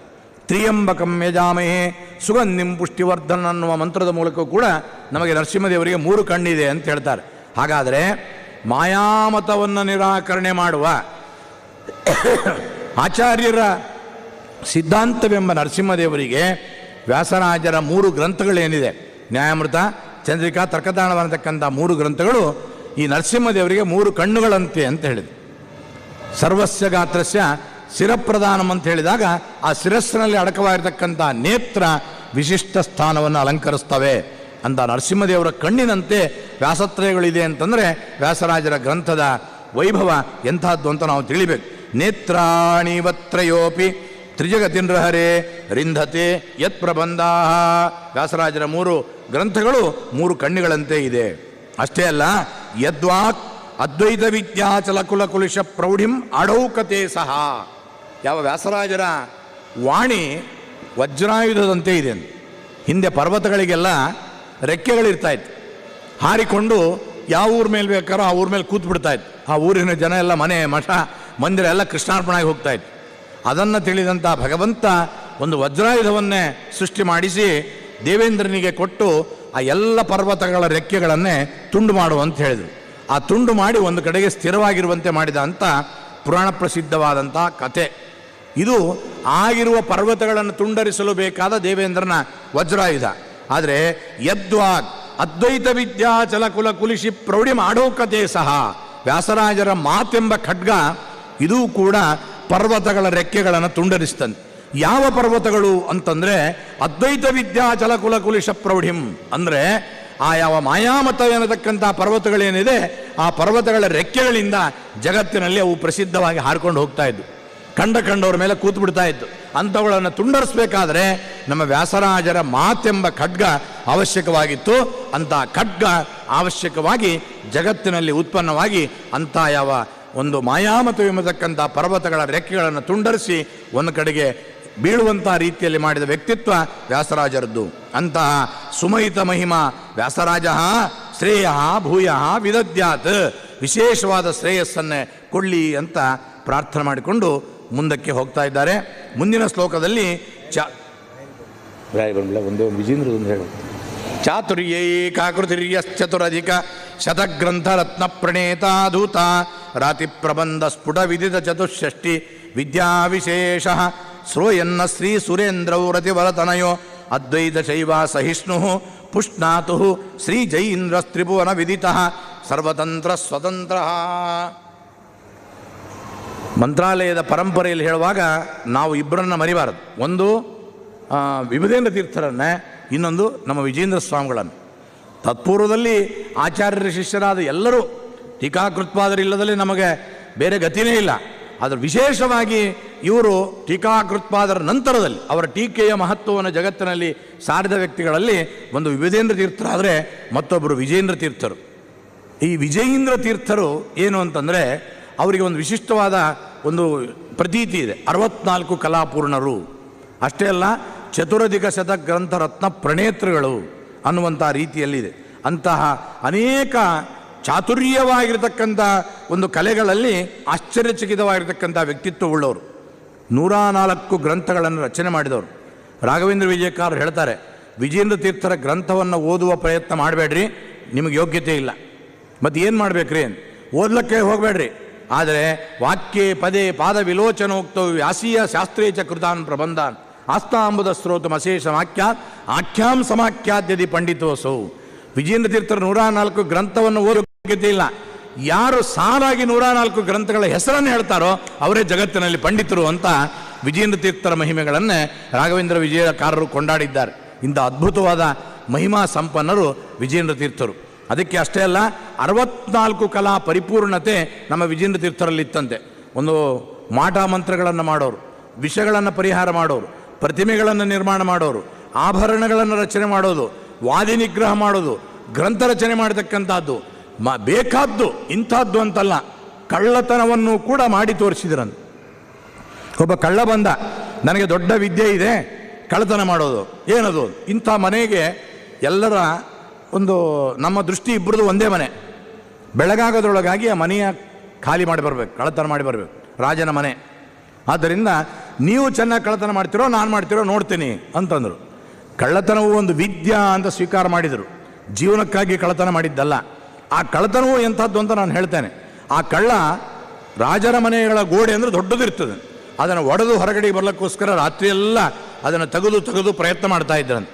ವಿಜೇಂದ್ರ ತೀರ್ಥರು ಮಠದಲ್ಲೇ ಕುಳಿತುಕೊಂಡು ಆಕರ್ಷಣೀಯ ವೇದ ಮಂತ್ರಗಳನ್ನು ಹೇಳಿದರೆ ಆ ಮನೆಯಲ್ಲಿದ್ದ ಒಂದು ಮಳೆಗಳು ಕೂಡ, ಗೋಡೆ ಹೊಡೆದ ಮಳೆಗಳು ಕೂಡ ವಿಜೇಂದ್ರ ತೀರ್ಥರ ಮಠದಲ್ಲಿ ಬಂದು ಬಿದ್ದಿತ್ತಂತೆ. ಅವನು ಕನ್ನ ತೆಗೆದು ಒಳಗಡೆ ಹೋಗಿ ನೋಡಿದರೆ ಖಾಲಿ ಮನೆ ಕೂತ್ಕೊಂಡಿತ್ತು. ಬಂದು ನೋಡ್ತಾನೆ, ಏನೂ ಇಲ್ಲ. ನೋಡಿದರೆ ವಿಜೇಂದ್ರ ತೀರ್ಥರ ಮಠದಲ್ಲಿ ಎಲ್ಲ ಸಾಮಾನುಗಳಿತ್ತು. ಅವಾಗ ವಿಜೇಂದ್ರ ತೀರ್ಥರು ಹೇಳಿದ್ರಂತೆ, ಇದಕ್ಕಾಗಿ ಗೋಡೆ ಕನ್ನ ತೆಗೆದು ಕಳ್ಳತನ ಮಾಡಬೇಕಾದ ಅಗತ್ಯ ಇಲ್ಲ, ನಮ್ಮ ಸ್ವಾಮಿ ಅಂಥದ್ದೊಂದು ವಿಶಿಷ್ಟವಾದ ಶಕ್ತಿ ಕೊಟ್ಟಿದ್ದಾನೆ, ವೇದ ಮಂತ್ರಗಳಿಂದ ಅಲ್ಲಿ ಪದಾರ್ಥಗಳನ್ನೆಲ್ಲ ನಾನು ಕದ್ದು ತಂದೆ ಅಂತನ್ನುವ ರೀತಿಯಲ್ಲಿ ಹೇಳಿ, ಕಳ್ಳತನವು ಒಂದು ವಿದ್ಯಾ, ಅದು ಜಗತ್ತಿಗೆ ಸಾಧುವಾದರೆ, ಇಲ್ಲಿದ್ರೆ ಅದು ಅನ್ಯಾಯವಾಗ್ತಿದೆ ಅಂತ ಜಗತ್ತಿಗೆ ಸಾರಿದ ಮಹಾನುಭಾವರು ವಿಜೇಂದ್ರ ತೀರ್ಥ ಶ್ರೀಪಾದಂಗಳವರು. ಹಾಗಾನೇ ವಿಜೇಂದ್ರ ತೀರ್ಥರ 64 ಕಲಾ ಪರಿಪೂರ್ಣತೆ. ಪ್ರತ್ಯೇಕವಾಗಿ ಅವರ ಬಗ್ಗೆನೇ ಒಂದು ಹೇಳಬೇಕಾಗ್ತದೆ, ಅಷ್ಟು ಅವಕಾಶವಿಲ್ಲ. ಚಾತುರ್ಯ ಏಕಾಕೃತಿ, ಚಾತುರ್ಯವೇ ಒಂದು ಮೂರ್ತಿಮತ್ತಾಗಿ ಬಂದು ನಿಂತಂತೆ ಇದೆ. 104 ಗ್ರಂಥಗಳನ್ನೇ ರಚನೆ ಪಡೆದವರು. ದೂತ ಅರಾತಿ ಪ್ರಬಂಧ ಸ್ಫುಟ ವಿದಿತ ಚತುಷ್ಷಷ್ಟಿ ವಿದ್ಯಾ ವಿಶೇಷ, ಪ್ರತಿವಾದಿಗಳ ಗ್ರಂಥಗಳನ್ನು ನಾಶ ಮಾಡುವ ವಿಚಾರದಲ್ಲಿ 64 ಕಲಾ ಪರಿಪೂರ್ಣರು. ಅಂತ ಸುರೇಂದ್ರವರ್ತಿ ತನಯ ಸುರೇಂದ್ರ ತೀರ್ಥರ ಮಕ್ಕಳಾಗಿರ್ತಕ್ಕಂತಹ ಅದ್ವೈತ ಶೈವ ಅಸಹಿಷ್ಣು, ಅದ್ವೈತ ಶೈವ ಮತಗಳನ್ನೇ ನಿರಾಕರಣ ಮಾಡಿದವರು. ಅಂತಹ ಜಯೀಂದ್ರ ತ್ರಿಭುವನ ವಿದಿತ ಸರ್ವತಂತ್ರ ಸ್ವತಂತ್ರ, 3 ಲೋಕಗಳಲ್ಲೂ ಪ್ರಸಿದ್ಧವಾದ ವ್ಯಕ್ತಿತ್ವವುಳ್ಳಂತಹ ವಿಜೇಂದ್ರ ತೀರ್ಥರು ಪುಷ್ಣಾತು, ನಮ್ಮನ್ನೇ ಕಾಪಾಡಲಿ ಎಂಬುದಾಗಿ ಹೇಳ್ತಾರೆ. ಇನ್ನು ನೇರವಾಗಿ ನಾನು ರಾಘವೇಂದ್ರ ಸ್ವಾಮಿಗಳ ಒಂದು ಸ್ತೋತ್ರಕ್ಕೆ ಹೋಗ್ತಾ ಇದ್ದೇನೆ. ರಾಯರ ಬಗ್ಗೆ ಹೇಳುವಾಗ ಅವರಿಗೆ ಶಬ್ದಗಳು ಸಾಲಲ್ಲ, ಮಾತುಗಳು ಬರೋದಿಲ್ಲ. ಆ ರಾಯರ ವ್ಯಕ್ತಿತ್ವವನ್ನು ವರ್ಣನೆ ಮಾಡ್ತಾ ಕೂತ್ಬಿಟ್ರೆ ಅದು ಎಲ್ಲರಿಗೂ ಹಾಗೆ. ಅದರಲ್ಲಿ ಜ್ಞಾನಿಶ್ರೇಷ್ಠರಾದ ವಾದೀಂದ್ರ ತೀರ್ಥರಿಗಂತೂ ಅವ್ರಿಗೆ ಹೇಳಕ್ಕೆ ಆಗ್ತಾ ಇಲ್ಲ, ಅಷ್ಟು ವಿಶಿಷ್ಟವಾದ ವಿಚಾರವನ್ನು ರಾಯರ ಬಗ್ಗೆ ಕೊಂಡಾಡ ಮಾಡ್ತಾರೆ. 1-2 ಶ್ಲೋಕಗಳಿದೆ, ಅದನ್ನು ಹೇಳಿ ನನ್ನ ಪ್ರವಚನವನ್ನು ಮುಗಿಸ್ತೇನೆ. ಒಂದು ಮಾತು ಹೇಳ್ತಾರೆ, ದೂತ ಅವಧ್ಯೈ ಅವಿದ್ಯಾ ವಿಘಟನ ಪಟುಭಿ ವಿದ್ವದ್ ಅಭ್ಯರ್ಥನೀಯೈ ವಾಚ ಪ್ರಾಚಾಂ ಪ್ರವಾಚಾಂ ಉಪಚಯಂ ಅಭಜನ್ ಯತ್ಕೃತ ಗ್ರಂಥಜಾಲೈ ಸಂಖ್ಯಾವಂತೋಯ ಮಾಹು ಮುಹುರ ಕಿಲ ಕಲಾ ಮೂರ್ತಿ ಮುದ್ವೇಲ ಕೀರ್ತಿ ಧೀರ್ಯ ಶ್ರೀ ರಾಘವೇಂದ್ರ ಸ್ವದಿಶತು ಸಿತ ಸತತಂ ಭವ್ಯಂ ಅವ್ಯಾಹತನ್ನಃ. ರಾಯರನ್ನೇ ಕೊಂಡಾಡ್ತಾ ವಾದೀಂದ್ರ ತೀರ್ಥರು ಅಂತಾರೆ, ನನಗೆ ಹೆಚ್ಚಿಗೆ ರಾಯರ ಬಗ್ಗೆ ಹೇಳಕ್ಕೆ ವಾಕ್ಕಿಲ್ಲ, ಮತ್ತೇನು ಮಾಡ್ತೀನಿ ಅಂದರೆ ಧೀರಶ್ರೀ ರಾಘವೇಂದ್ರ ಅನ್ನುವ ಶಬ್ದದಿಂದಲೇ ಅವ್ರನ್ನ ಕೊಂಡಾಡ್ತೇನೆ. ಧೀರ ಎಂಬ ಶಬ್ದಕ್ಕೆ ಅನೇಕ ಅರ್ಥಗಳಿದೆ. ಜ್ಞಾನಿ ಅಂತ ಅರ್ಥ. ಧೀ ಅಂದರೆ ಜ್ಞಾನ ಶಬ್ದದಿಂದ ಉತ್ಪನ್ನವಾದಂಥದ್ದು. ಅದರಿಂದ ಧೀರಶ್ರೀ ರಾಘವೇಂದ್ರ ಅಂದರೆ ಜ್ಞಾನಿಶ್ರೇಷ್ಠರಾದ ರಾಘವೇಂದ್ರ ತೀರ್ಥರು ಎನ್ನುವುದು ಧೀರ ಎಂಬ ಶಬ್ದಕ್ಕೆ ನಮ್ಮ ವ್ಯಾವಹಾರಿಕ ಭಾಷೆಯಲ್ಲಿ ಧೈರ್ಯವಂತ ಅಂತ. ಧೈರ್ಯವಂತರು ಅಂತಂದರೆ ಯಾವ ದುರ್ಮತಗಳನ್ನು ತುಂಡರಿಸುವ ವಿಚಾರದಲ್ಲಿ ಕಿಂಚಿತ್ತೂ ಹಿಂಜರಿಯದೆ ಇರತಕ್ಕಂಥ ವ್ಯಕ್ತಿತ್ವವುಳ್ಳವರು ನಮ್ಮ ರಾಘವೇಂದ್ರ ಸ್ವಾಮಿಗಳು. ಆದರೆ ರಾಘವೇಂದ್ರ ಸ್ವಾಮಿಗಳ ಗ್ರಂಥಗಳಲ್ಲಿ ಒಂದನ್ನು ನಾವು ಕಾಣಬೇಕಾದಂಥ ದೊಡ್ಡ ಗುಣ, ಅದು ಎಲ್ಲರೂ ಕಲಿಯಬೇಕಾದಂಥ ಗುಣ ಏನದು ಅಂತಂದರೆ, ಇಷ್ಟು ಸುಲಲಿತವಾಗಿ ಮತಗಳನ್ನು ತುಂಡು ಮಾಡ್ತಾರೆ, ಖಂಡನ ಮಾಡ್ತಾ ಇದ್ದರೂ ಕೂಡ ಎಲ್ಲಿಯೂ ತುಚ್ಛಂ ಏತನ್ನ ನಿರಾಕೃತಂ ಭವತಿ ಅನ್ನೋ ಶಬ್ದಗಳನ್ನು ಬಳಸೋದಿಲ್ಲ. ಪ್ರತಿವಾದಿಗಳನ್ನೇ ಮುಸುಗಿನಲ್ಲಿ ಏಟು ಅಂತ ಕೊಡ್ತಾರಲ್ಲ, ಹಾಗೆ ಮುಸುಗಿನಲ್ಲಿ ಪೆಟ್ಟು ಕೊಡುವ ರೀತಿಯಲ್ಲಿ ಮಾಡ್ತಾರೆ. ಎಲ್ಲ ಮತಗಳನ್ನು ಖಂಡರಿಸಿ ತುಂಡು ಮಾಡಿದ ಮೇಲೆ ಕೊನೆಗೆ ಹೇಳ್ತಾರೆ, ಇಷ್ಟೆಲ್ಲ ಇದ್ದ ಮೇಲೆ ನೀನು ಹೇಗೆ ಹೇಳ್ತೀಯಲ್ಲಪ್ಪ, ಏತತ್ತು ಚಿಂತ್ಯಂ, ಇದು ಸ್ವಲ್ಪ ಯೋಚನೆ ಮಾಡಬೇಕಾಗ್ತದೆ. ಇದು ರಾಯರ ದೊಡ್ಡ ಗುಣ. ರಾಯರ ಅತಿಶಯವಾಗಿರತಕ್ಕಂಥ ಒಂದು ಮಹಿಮ ರಾಯರ ಗ್ರಂಥಗಳಲ್ಲಿ ಕಾಣಿಸ್ತದೆ. ರಾಯರು ಎಂಥ ಸ್ವಭಾವದವರು, ಕರುಣಾಳುಗಳು ಅಂತ ರಾಯರ ಗ್ರಂಥಗಳಲ್ಲಿ ನಾವು ನೋಡ್ಬೋದಾಗಿದೆ. ನ್ಯಾಯವಾಗಿ ಅದು ಒಂದು ರೀತಿಯಾಗಿ ಜೋರಾಗಿ ರುಂಡವನ್ನೇ ತುಂಡರಿಸುವ ಪೆಟ್ಟಿನಂತೆ ಇರ್ತದೆ, ಆದರೆ ಮೃದುವಾದ ಭಾಷೆಯಲ್ಲಿ ಮಾತನಾಡ್ತಾರೆ. ಇದು ಸ್ವಲ್ಪ ಯೋಚನೆ ಮಾಡೋ, ಈ ಅರ್ಥ ಹೇಳಕ್ಕೆ ಬರೋದಿಲ್ಲ ಅಂತ ಅನಿಸ್ತದೆ ನಿನ್ನ ಗ್ರಂಥವನ್ನು ನೋಡಿದರೆ ಅಂತ ರಾಯರು ಹೇಳಬೇಕಾದ್ರೆ, ಆ ಖಂಡನ ವಿಚಾರದಲ್ಲಿಯೂ ಕೂಡ ತಮ್ಮ ಕಾರುಣ್ಯವನ್ನು ತೋರಿಸಿದ ಮಹಾನುಭಾವರಿದ್ದಾರೆ ಅಂದರೆ ಅದು ರಾಘವೇಂದ್ರ ಸ್ವಾಮಿಗಳು ಒಬ್ಬರೇ ಅಂತ ನಾವು ಹೇಳ್ಬೋದಾಗಿದೆ. ಆದ್ದರಿಂದ ದೂತ ಅವಧ್ಯೆ ರವಿದ್ಯಾ ವಿಘಟನ ಪಟುಬಿಹಿ, ವಿಘಟನಗಳ ನಾಶ ಮಾಡೋದ್ರಲ್ಲಿ ಒಳ್ಳೆ ಪಟುವಾದಂಥ ಗ್ರಂಥಗಳು. ಇನ್ನೊಂದು ಅಷ್ಟೇ ಅಲ್ಲ, ವಿದ್ವದ್ ಅಭ್ಯರ್ಥನೀಯೈ, ಎಲ್ಲ ವಿದ್ವಾಂಸರು ಕೂಡ ರಾಯರ ಗ್ರಂಥಗಳಿಗೆ ಶರಣಾಗಬೇಕು. ತೇನ ವಿನ ತೃಣಮಪಿನ ಚಲತಿ ಅಂತ ಹೇಳ್ತಾರಲ್ಲ, ರಾಯರ ಗ್ರಂಥಗಳಿಲ್ಲದಲೇ ಟೀಕಾಕೃತ್ಪಾದರ ಗ್ರಂಥವಾಗಲಿ, ಆಚಾರ್ಯರ ಗ್ರಂಥವಾಗಲಿ, ಸಾಕ್ಷಾತ್ ವೇದ ಗೀತಾ ಭಾರತ ಭಾಗವತಾದಿ ರಾಮಾಯಣ ಗ್ರಂಥಗಳನ್ನು ಕೂಡ ರಾಯರ ಗ್ರಂಥಗಳಿಲ್ಲದಲೇ ನಾವು ಮುಟ್ತೀವಿ ಅಂತಂದರೆ ಅದು ಸರ್ವಥಾ ಸಾಧ್ಯ ಇಲ್ಲ. ಅಂಥ ಅದ್ಭುತವಾದ ಗ್ರಂಥಗಳು ವಿದ್ವಾಂಸರು ಕೂಡ ಪ್ರಾರ್ಥನೆ ಮಾಡಲ್ಪಟ್ಟಿದೆ. ಅಷ್ಟೇ ಅಲ್ಲ, ವಾಚ ಪ್ರಾಚಾಂ ಪ್ರವಾಚಾಂ ಉಪಚಯಂ ಅಭಜನ್ ಯತ್ಕೃತ ಗ್ರಂಥಜಾಲೈಹಿ, ರಾಯರ ಗ್ರಂಥಗಳ ಸಮೂಹದಿಂದ ಹಿಂದಿನವರ ಗ್ರಂಥಗಳು ಅದ್ಭುತವಾದ ಪಾಂಡಿತ್ಯಪೂರ್ಣವಾದ ಗ್ರಂಥಗಳು ಇದ್ದಾವೆ, ಇಲ್ಲ ಅಂತ ನಾವು ಹೇಳೋದಿಲ್ಲ. ಆದರೆ ಆ ಪಾಂಡಿತ್ಯ ಕಬ್ಬಣದ ಕಡಲೆಯಾಗಿತ್ತು. ಕಬ್ಬಣದ ಕಡಲೆಯಾದ ಗ್ರಂಥಗಳನ್ನೇ ಸಿಪ್ಪೆ ತೆಗೆದು ಹುರಿದು ಸುಲಭವಾಗಿ ಬೆಲ್ಲ ಶೇಂಗಾ ತಿನ್ನಲಿಕ್ಕೆ ಕೊಟ್ಟರೆ ಹೇಗೆ ಸುಲಭವಾಗಿ ತಿಂತೇವೋ ಹಾಗೆ ಬಹಳ ಸುಲಲಿತವಾಗಿ ಕೊಟ್ಟ ಮಹಾನುಭಾವರು ರಾಘವೇಂದ್ರ ಸ್ವಾಮಿಗಳು. ಯಾಕೆಂದರೆ ಪ್ರಾಚಾಂ ವಾಚ ಪ್ರಾಚಾಂ ಪ್ರವಾಚಂ ಉಪಚಯಂ ಅಭಜತ್ ಯದ್ಗೃತ ಗ್ರಂಥಜಾಲೈಹಿ, ಟೀಕಾ ರಾಯರ ಗ್ರಂಥಗಳಿಂದ ಹಿಂದಿನವರ ಗ್ರಂಥಗಳೆಲ್ಲವೂ ಕೂಡ ಸುಪ್ತವಾಗಿದ್ವಂತೆ. ಅವೆಲ್ಲ ವ್ಯಕ್ತವಾಗಿ ಓ ಟೀಕಾಕೃತ್ಪಾದರು ಹೀಗೆ ಬರ್ದಾರ, ಮಧ್ವಾಚಾರ್ಯರು ಹೀಗೆ ಬರ್ದಾರ ಅಂತ ಜನರಿಗೆ ತಿಳಿಯುವಂತೆ ಮಾಡುವ ವ್ಯಕ್ತಿತ್ವ ರಾಯರ ಗ್ರಂಥಗಳಲ್ಲಿದೆ ಹೊರತಾಗಿ ಬೇರೆದಲ್ಲಿ ನಾವು ಸಿಗಲಿಕ್ಕೆ ಸಾಧ್ಯ ಇಲ್ಲ. ಆದ್ದರಿಂದಲೇ ಅವರನ್ನೇ ಟಿಪ್ಪಣ್ಯಾಚಾರ್ಯ ಚಕ್ರವರ್ತಿಗಳು ಅಂತ ಕರೆದಿರ್ತಕ್ಕಂಥವರಾಗಿದ್ದಾರೆ. ಅಷ್ಟೇ ಅಲ್ಲ, ಇನ್ನೊಂದು ರಾಯರನ್ನು ಕೊಂಡಾಡಲಿಕ್ಕೆ ಅವರಿಗೆ ಶಬ್ದಗಳೇ ಸಾಲ್ತಾ ಇಲ್ಲ. ಒಂದು ಮಾತು ಹೇಳ್ತಾರೆ, ಸಂಖ್ಯಾವಂತೋಯ ಮಾಹು. ಸಂಖ್ಯಾವಂತರು ಅಂದರೆ ಜ್ಞಾನಿಗಳು. ಅವ್ರನ್ನ ಏನು ಕರೀತಾರೆ ಅಂತಂದರೆ ಮುಹು ಮತ್ತು ಕೊಂಡಾಡ್ತಾರಂತೆ. ಅಖಿಲ ಕಲಾಮೂರ್ತಿ ಅಂತ, ಸಕಲ ಕಲೆಯಲ್ಲಿಯೂ ಕೂಡ ಪಾರಂಗತರು ರಾಘವೇಂದ್ರ ಸ್ವಾಮಿಗಳು. ಬರೀ ಗ್ರಂಥ ರಚನೆಯಲ್ಲ, ಭಕ್ತರನ್ನು ಅನುಗ್ರಹಿಸೋದಲ್ಲ, ಎಲ್ಲ ವಿಚಾರದಲ್ಲೂ ಕೂಡ ರಾಘವೇಂದ್ರ ಸ್ವಾಮಿಗಳ ಪಾಂಡಿತ್ಯ. ಅದಕ್ಕೆ ಉದಾಹರಣೆ ಹೇಳಬೇಕಾದ್ರೆ, ಇವತ್ತು ಮಂತ್ರಾಲಯದ ಮಠದಲ್ಲಿ ಸ್ವಾಮಿಗಳ ಸಂಸ್ಥಾನದ ಪೀಠದಲ್ಲಿಟ್ಟು ಪೂಜಿಸುವ ಸಂತಾನ ಗೋಪಾಲಕೃಷ್ಣ ಪ್ರತಿಮೆ ಏನಿದೆ, ಅದು ಯಾರೋ ಒಬ್ಬ ಅಕ್ಕಸಾಲಿಗನು ಮಾಡಿ ತಂದು ಕೊಟ್ಟದ್ದಲ್ಲ, ಸ್ವಯಂ ರಾಘವೇಂದ್ರ ಸ್ವಾಮಿಗಳು ಅದನ್ನು ಎರಕ ಹೊಯ್ದು ನಮ್ಮ ವಿಜೇಂದ್ರರ ಶಿಷ್ಯರು ನಾನು ಅಂತ ಜಗತ್ತಿಗೆ ತೋರಿಸಿಕೊಟ್ಟಿದ್ದಾರೆ. ಅಂತ ಅದ್ಭುತವಾದ ಮೂರ್ತಿಯನ್ನು ಕೂಡ ರಚನೆ ಮಾಡಿದವರು ನಮ್ಮ ರಾಘವೇಂದ್ರ ಸ್ವಾಮಿಗಳು. ಆದ್ದರಿಂದ ಜ್ಞಾನಿಗಳೆಲ್ಲ ಹೇಳ್ತಾ ಇದ್ರು ಅಖಿಲ ಕಲಾಮೂರ್ತಿ, ಬರೇ ಪಾಂಡಿತ್ಯ ಅಲ್ಲ, ಎಲ್ಲ ಕಲೆಗಳಲ್ಲೂ ಕೂಡ ಯಾವ ಪಾಂಡಿತ್ಯ ಉಳ್ಳಂಥವರು ಅಂತ ಧೀರಶ್ರೀ ರಾಘವೇಂದ್ರ. ಜ್ಞಾನಶ್ರೇಷ್ಠರಾದ ರಾಘವೇಂದ್ರ ಸ್ವಾಮಿಗಳೇ ನಮಗೇನು ಮಾಡಬೇಕಪ್ಪ ಅಂದರೆ ಅವ್ಯಾಹತಂ ಭವ್ಯಂ ಸತತಂ ದಿಶತು. ಅವ್ಯಾಹತಂ ಅಂದರೆ ಎಂದೂ ನಾಶವಾಗದೇ ಇರತಕ್ಕಂಥ ಭವ್ಯ ಅಂದರೆ ಸಂಪತ್ತನ್ನೇ, ಕ್ಷೇಮವನ್ನೇ, ಭವ್ಯ ಅಂದರೆ ಕ್ಷೇಮವನ್ನೇ ನಮಗೆ ಕೊಳ್ಳಿ ಎಂಬುದಾಗಿ ಪ್ರಾರ್ಥನೆ ಮಾಡ್ತಾ ಇದ್ದಾರೆ. ಅಂಥ ಯಾವ ರಾಘವೇಂದ್ರ ಸ್ವಾಮಿಗಳ ಬಗ್ಗೆ ಇನ್ನೊಂದು ಮಾತನ್ನೇ ರಾಯರು ಧೀರೇಂದ್ರ ತೀರ್ಥ ಇದನ್ನು ಹೇಳ್ತಾರೆ ವಾದೀಂದ್ರ ತೀರ್ಥರು. ಯೋಗೋ ಯಃ ಕರ್ಮನಾಮ ಕವಿಭಿರಭಿಹಿತ ಯಶ್ಚ ವಿಜ್ಞಾನ ಸಂಜ್ಞಾ ಶಕ್ತೋ ನಾಸಿದ್ಧಕಾಯಸ್ತನುಮತಿರನಯೋ ಸ್ಥಾವದ ವರ್ಜನೇಹಂ ಯಶ್ಚೋಪಾಯೈರುಪೇಯ ಸ್ಥಿರಫಲ ವಿದಯೇ ದೇಶಿಕಸ್ಯ ಪ್ರಸಾದ ತಸ್ಮೈ ತಸ್ಯಸ್ತು ವೀಯಾನ್ ಅನಿಶಮಪಿ ಚರಿತಂ ರಾಘವೇಂದ್ರ ವ್ರತೀಂದೋಹೋ. ನಾವು ರಾಯರ ಚರಿತ್ರೆಯನ್ನೇ ಯಾಕೆ ಕೊಂಡಾಡ್ತೀವಿ, ಅವರನ್ನು ಯಾಕೆ ಆಶ್ರಯಿಸ್ತೀವಿ ಅಂತಂದರೆ ನಿಮಗೆಲ್ಲ ಅನಿವಾರ್ಯ ಇದೆ ಅಂತಂದ್ರು ವಾದೀಂದ್ರ ತೀರ್ಥರು. ರಾಯರನ್ನು ಬಿಟ್ಟರೆ ಬೇರೆ ಗತಿ ಇಲ್ಲ ರೀ, ಅನಿವಾರ್ಯತೆ ಇದೆ. ಏನು ಸ್ವಾಮಿ ರಾಯರಲ್ಲಿ ಅಂತ ಅದ್ಭುತವಾದ ಮಹಿಮೆ ಅಂತಂದರೆ, ಗೀತಾಚಾರ್ಯ ಒಂದು ಜ್ಞಾನಯೋಗವನ್ನು ಹೇಳಿದ, ಅದನ್ನು ನೀವು ಮಾಡ್ರಿ, ತತ್ವಜ್ಞಾನವನ್ನು ಹಿಡ್ಕೊಂಡು ಉದ್ಧತರಾಗ್ರಿ. ಇಲ್ಲ ಅದನ್ನು ಮಾಡೋಣ ಅಂದರೆ ನನ್ನ ಕೈಲಿ ಆಗ್ತಾ ಇಲ್ಲ. ಹಾಗಾದ್ರೆ ಕರ್ಮಯೋಗವನ್ನು ಮಾಡಪ್ಪ, ಸ್ನಾನ ಸಂಧ್ಯಾ ವಂದನೆ ಉಪವಾಸ ವ್ರತ ನಿಯಮ ಜಪ ತಪ ಅನುಷ್ಠಾನ ಇವೆಲ್ಲವನ್ನು ಕೂಡ ಮಾಡು. ಇಲ್ಲ ಸ್ವಾಮಿ ಅದೂ ನನ್ನ ಕೈಲಿ ಆಗೋದಿಲ್ಲ. ಮತ್ತು ಜ್ಞಾನಯೋಗಕ್ಕೆ ನೀನು ನಾಲಾಯಕ್, ಕರ್ಮಯೋಗಕ್ಕೆ ನಾಲಾಯಕ್, ಮತ್ತು ನಿನ್ನಂಥವ್ರು ಏನು ಮಾಡಬೇಕು? ನಿರಾಶೆ ಆಗಬೇಡ್ರಿ ಅಂತಾರೆ ವಾದೀಂದ್ರ ತೀರ್ಥರು. ನಿರಾಶೆ ಆಗಬೇಡ್ರಿ, ಇನ್ನೊಂದು ಮಾರ್ಗ ಇದೆ. ಅದು ಯಾವುದು ಅಂದರೆ ಯೋಗೋ ಯಃ ಕರ್ಮನಾಮ ಕವಿಭಿರಭಿತಃ. ಒಂದು ಕರ್ಮಯೋಗ ಅಂತ, ಒಂದು ಜ್ಞಾನಯೋಗ ಅಂತ ಇಬ್ಬರು ಕರೆದಿದ್ದಾರೆ. ಕರ್ಮಯೋಗವನ್ನು ಮಾಡೋಣ ಅಂದರೆ ಶಕ್ತಃ ನಾ ಅಸಿದ್ಧಕಾಯ, ಅಸಿದ್ಧಕಾಯ ನಾನು, ರೋಗ ರುಜಿನ 108 ಹಿಂಸೆಗಳು ನನ್ನ ದೇಹದಲ್ಲಿದೆ, ಆದ್ದರಿಂದ ಕರ್ಮಯೋಗವನ್ನು ಮಾಡಿ ನಾನು ಭಗವಂತನನ್ನು ಅನುಗ್ರಹ ಪಡಿತೀನಿ ಅಂತಂದರೆ ಆಗ್ತಾ ಇಲ್ಲ. ಸರಿ, ಹೋಗಾದರೆ ಜ್ಞಾನಯೋಗವನ್ನು ಪಡಿ ಅಂತಂದರೆ ತನುಮತಿ, ತನು ಅಂದರೆ ಸಣ್ಣದಾದ ಮತಿ ಬುದ್ಧಿ ಉಳ್ಳವನು ನಾನು, ನನ್ನ ಜ್ಞಾನ ದೊಡ್ಡದಿಲ್ಲ, ಆದ್ದರಿಂದ ಅದನ್ನು ಕೂಡ ಮಾಡುವ ಯೋಗ್ಯತೆ ನನಗಿಲ್ಲ. ಹಾಗಾದರೆ ಎಷ್ಟೋಪಾಯ ರೂಪೇಯ ಸ್ಥಿರಫಲವಿದೆ, ಹಾಗಾದರೆ ಯಾವ ಉಪಾಯಗಳು ಇಲ್ಲ ನನಗೆ, ನಾನು ಉದ್ಧತನಾಗುವ ಅವಕಾಶ ನನಗಿಲ್ಲ ಅಂತಂದರೆ ವಾದಿನಿ ತೀರ್ಥರಂತಾರೆ ಯೋಚನೆ ಮಾಡಬೇಡ್ರಪ್ಪ, ಇನ್ನೊಂದು ಉಪಾಯವಿದೆ. ಅದು ಯಾವುದಪ್ಪ ಅಂತಂದರೆ ದೇಶಿಕಸ್ಯ ಪ್ರಸಾದೋಪಾಯ. ರಾಘವೇಂದ್ರ ತೀರ್ಥರ ಅನುಗ್ರಹವೆಂಬ ಉಪಾಯವನ್ನು ನೀನು ಪಡ್ಕೊಂಡಿ ಅಂತಂದರೆ ನಿನಗೆ ಕರ್ಮಯೋಗದಲ್ಲೂ ಶಕ್ತಿಯನ್ನು ಕೊಡ್ತಾರೆ, ಜ್ಞಾನಯೋಗದಲ್ಲೂ ಕೂಡ ರಾಘವೇಂದ್ರ ಸ್ವಾಮಿಗಳು ಶಕ್ತಿಯನ್ನು ಕೊಟ್ಟು ನಿನ್ನ ಸಾಧನೆಯನ್ನು ಪರಿಪೂರ್ಣ ರೀತಿಯಾದ ಮಾಡುವ ಒಂದು ವಿಶಿಷ್ಟವಾದ ವ್ಯಕ್ತಿತ್ವ ರಾಘವೇಂದ್ರ ಸ್ವಾಮಿಗಳಲ್ಲಿ ಇದೆ.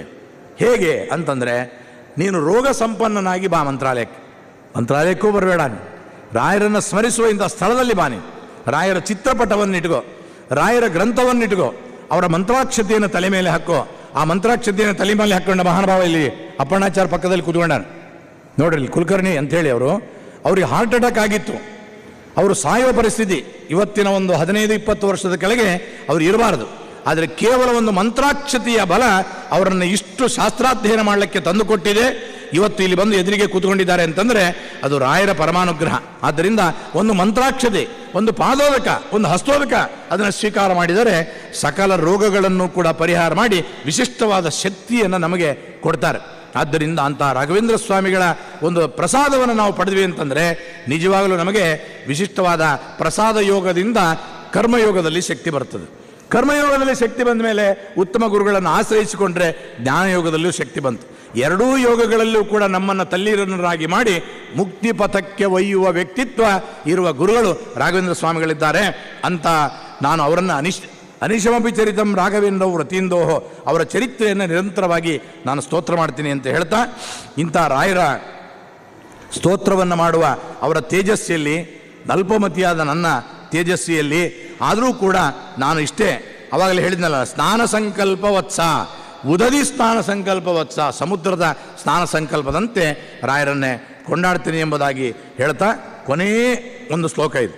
ಏನದು ಅಂತಂದರೆ, ರಾಯರ ಹೃದಯಾಕಾಶದಲ್ಲಿರುವಂತಹ ತೇಜಸ್ಸು ಎಂಥದ್ದು ಅಂತ ವರ್ಣನ ಮಾಡ್ತಾರೆ. ಯದ್ಭಾನೌ ಯತ್ಕೃಶಾನೌ ಯದಮೃತ ಕಿರಣೆ ಯದ್ಗೃಹೇಶೋದಿತೇಷು ಜ್ಯೋತಿರಿ ಯತ್ತಾರಕಾಸು ಪ್ರತಿತಮಣಿಷು ಯದ್ಯಚ್ಚ ಸೌಧಾಮಿನೀಷು ಸಂಭೂಯೇ ತತ್ಸಮಸ್ತಂ ತ್ವದಮಿತ ಹೃದಯ ಕಾಶನಿರ್ಯತ್ ಪ್ರಕಾಶೆ ಧೀರ ಶ್ರೀ ರಾಘವೇಂದ್ರ ವ್ರತಿವರ ಭಜತೆ ಹಂತ ಖದ್ಯೋತರೀತಿಂ. ಜಗತ್ತಿನಲ್ಲಿ ಕಾಂತಿಪೂರ್ಣವಾದ ವಸ್ತುಗಳು ಅಂತ ಒಂದು ಪಟ್ಟಿ ಕೊಡ್ತಾರೆ. ಯಾವುದು? ಯದ್ಭಾನೌ ಸೂರ್ಯ, ಯತ್ಕೃಶಾನೌ ಅಗ್ನಿ, ಯದಮೃತ ಕಿರಣೆ ಚಂದ್ರ, ಯದ್ಗ್ರಹೇಶು ಉದಿತೇಶು ಅಸ್ತಂಗತವಾದ ಗ್ರಹಗಳಲ್ಲ, ಉದಿತೇಶು ಗ್ರಹೇಶು ಉದಿತವಾದ ಗ್ರಹಗಳು ಅಂತೇನಿದೆ ಆ ಗ್ರಹಗಳಲ್ಲಿರ್ತಕ್ಕಂಥ ಕಾಂತಿ, ಜ್ಯೋತಿ ಯತ್ ತಾರಕಾಸು ನಕ್ಷತ್ರದಲ್ಲಿರ್ತಕ್ಕಂಥ ಕಾಂತಿಗಳು, ಪ್ರತಿತ ಮಣಿಷು ಅನೇಕ ಮಣಿಗಳಲ್ಲಿರ್ತಕ್ಕಂಥ ಕಾಂತಿ, ಯತ್ ಎಚ್ಚ ಸೌಧಾಮಿನೀಷು ಮಿಂಚುಗಳಲ್ಲಿರ್ತಕ್ಕಂಥ ಕಾಂತಿ.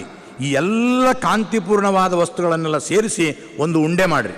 ಸೂರ್ಯ, ಚಂದ್ರ, ಅಗ್ನಿ ಮತ್ತು ಎಲ್ಲ ಕಾಂತಿಪೂರ್ಣವಾದ ವಸ್ತುಗಳನ್ನೆಲ್ಲ ತೊಗೊಂಡು ಒಂದು ಉಂಡೆ ಮಾಡಿದರೆ ಅತಿಶಯವಾದ ಕಾಂತಿಪೂರ್ಣವಾದ ಒಂದು ವಸ್ತು ತಯಾರಾಗ್ತದೆ. ಅದನ್ನು ರಾಯರ ಹೃದಯದಲ್ಲಿರ್ತಕ್ಕಂಥ ಕಾಂತಿ ಮುಂದೆ ಇಟ್ಟರೆ ಈ ಕಾಂತಿ ಏನಾಗ್ತದೆ ಅಂದರೆ ಒಂದು ಮಿಣುಕು ಹುಳದಷ್ಟು ಕಾಂತಿ ಸಂಪನ್ನವಾಗ್ತದೆ ಹೊರತಾಗಿ ರಾಯರ ಕಾಂತಿ ಅತಿಶಯವಾದ ಕಾಂತಿ ಸಂಪನ್ನತೆ.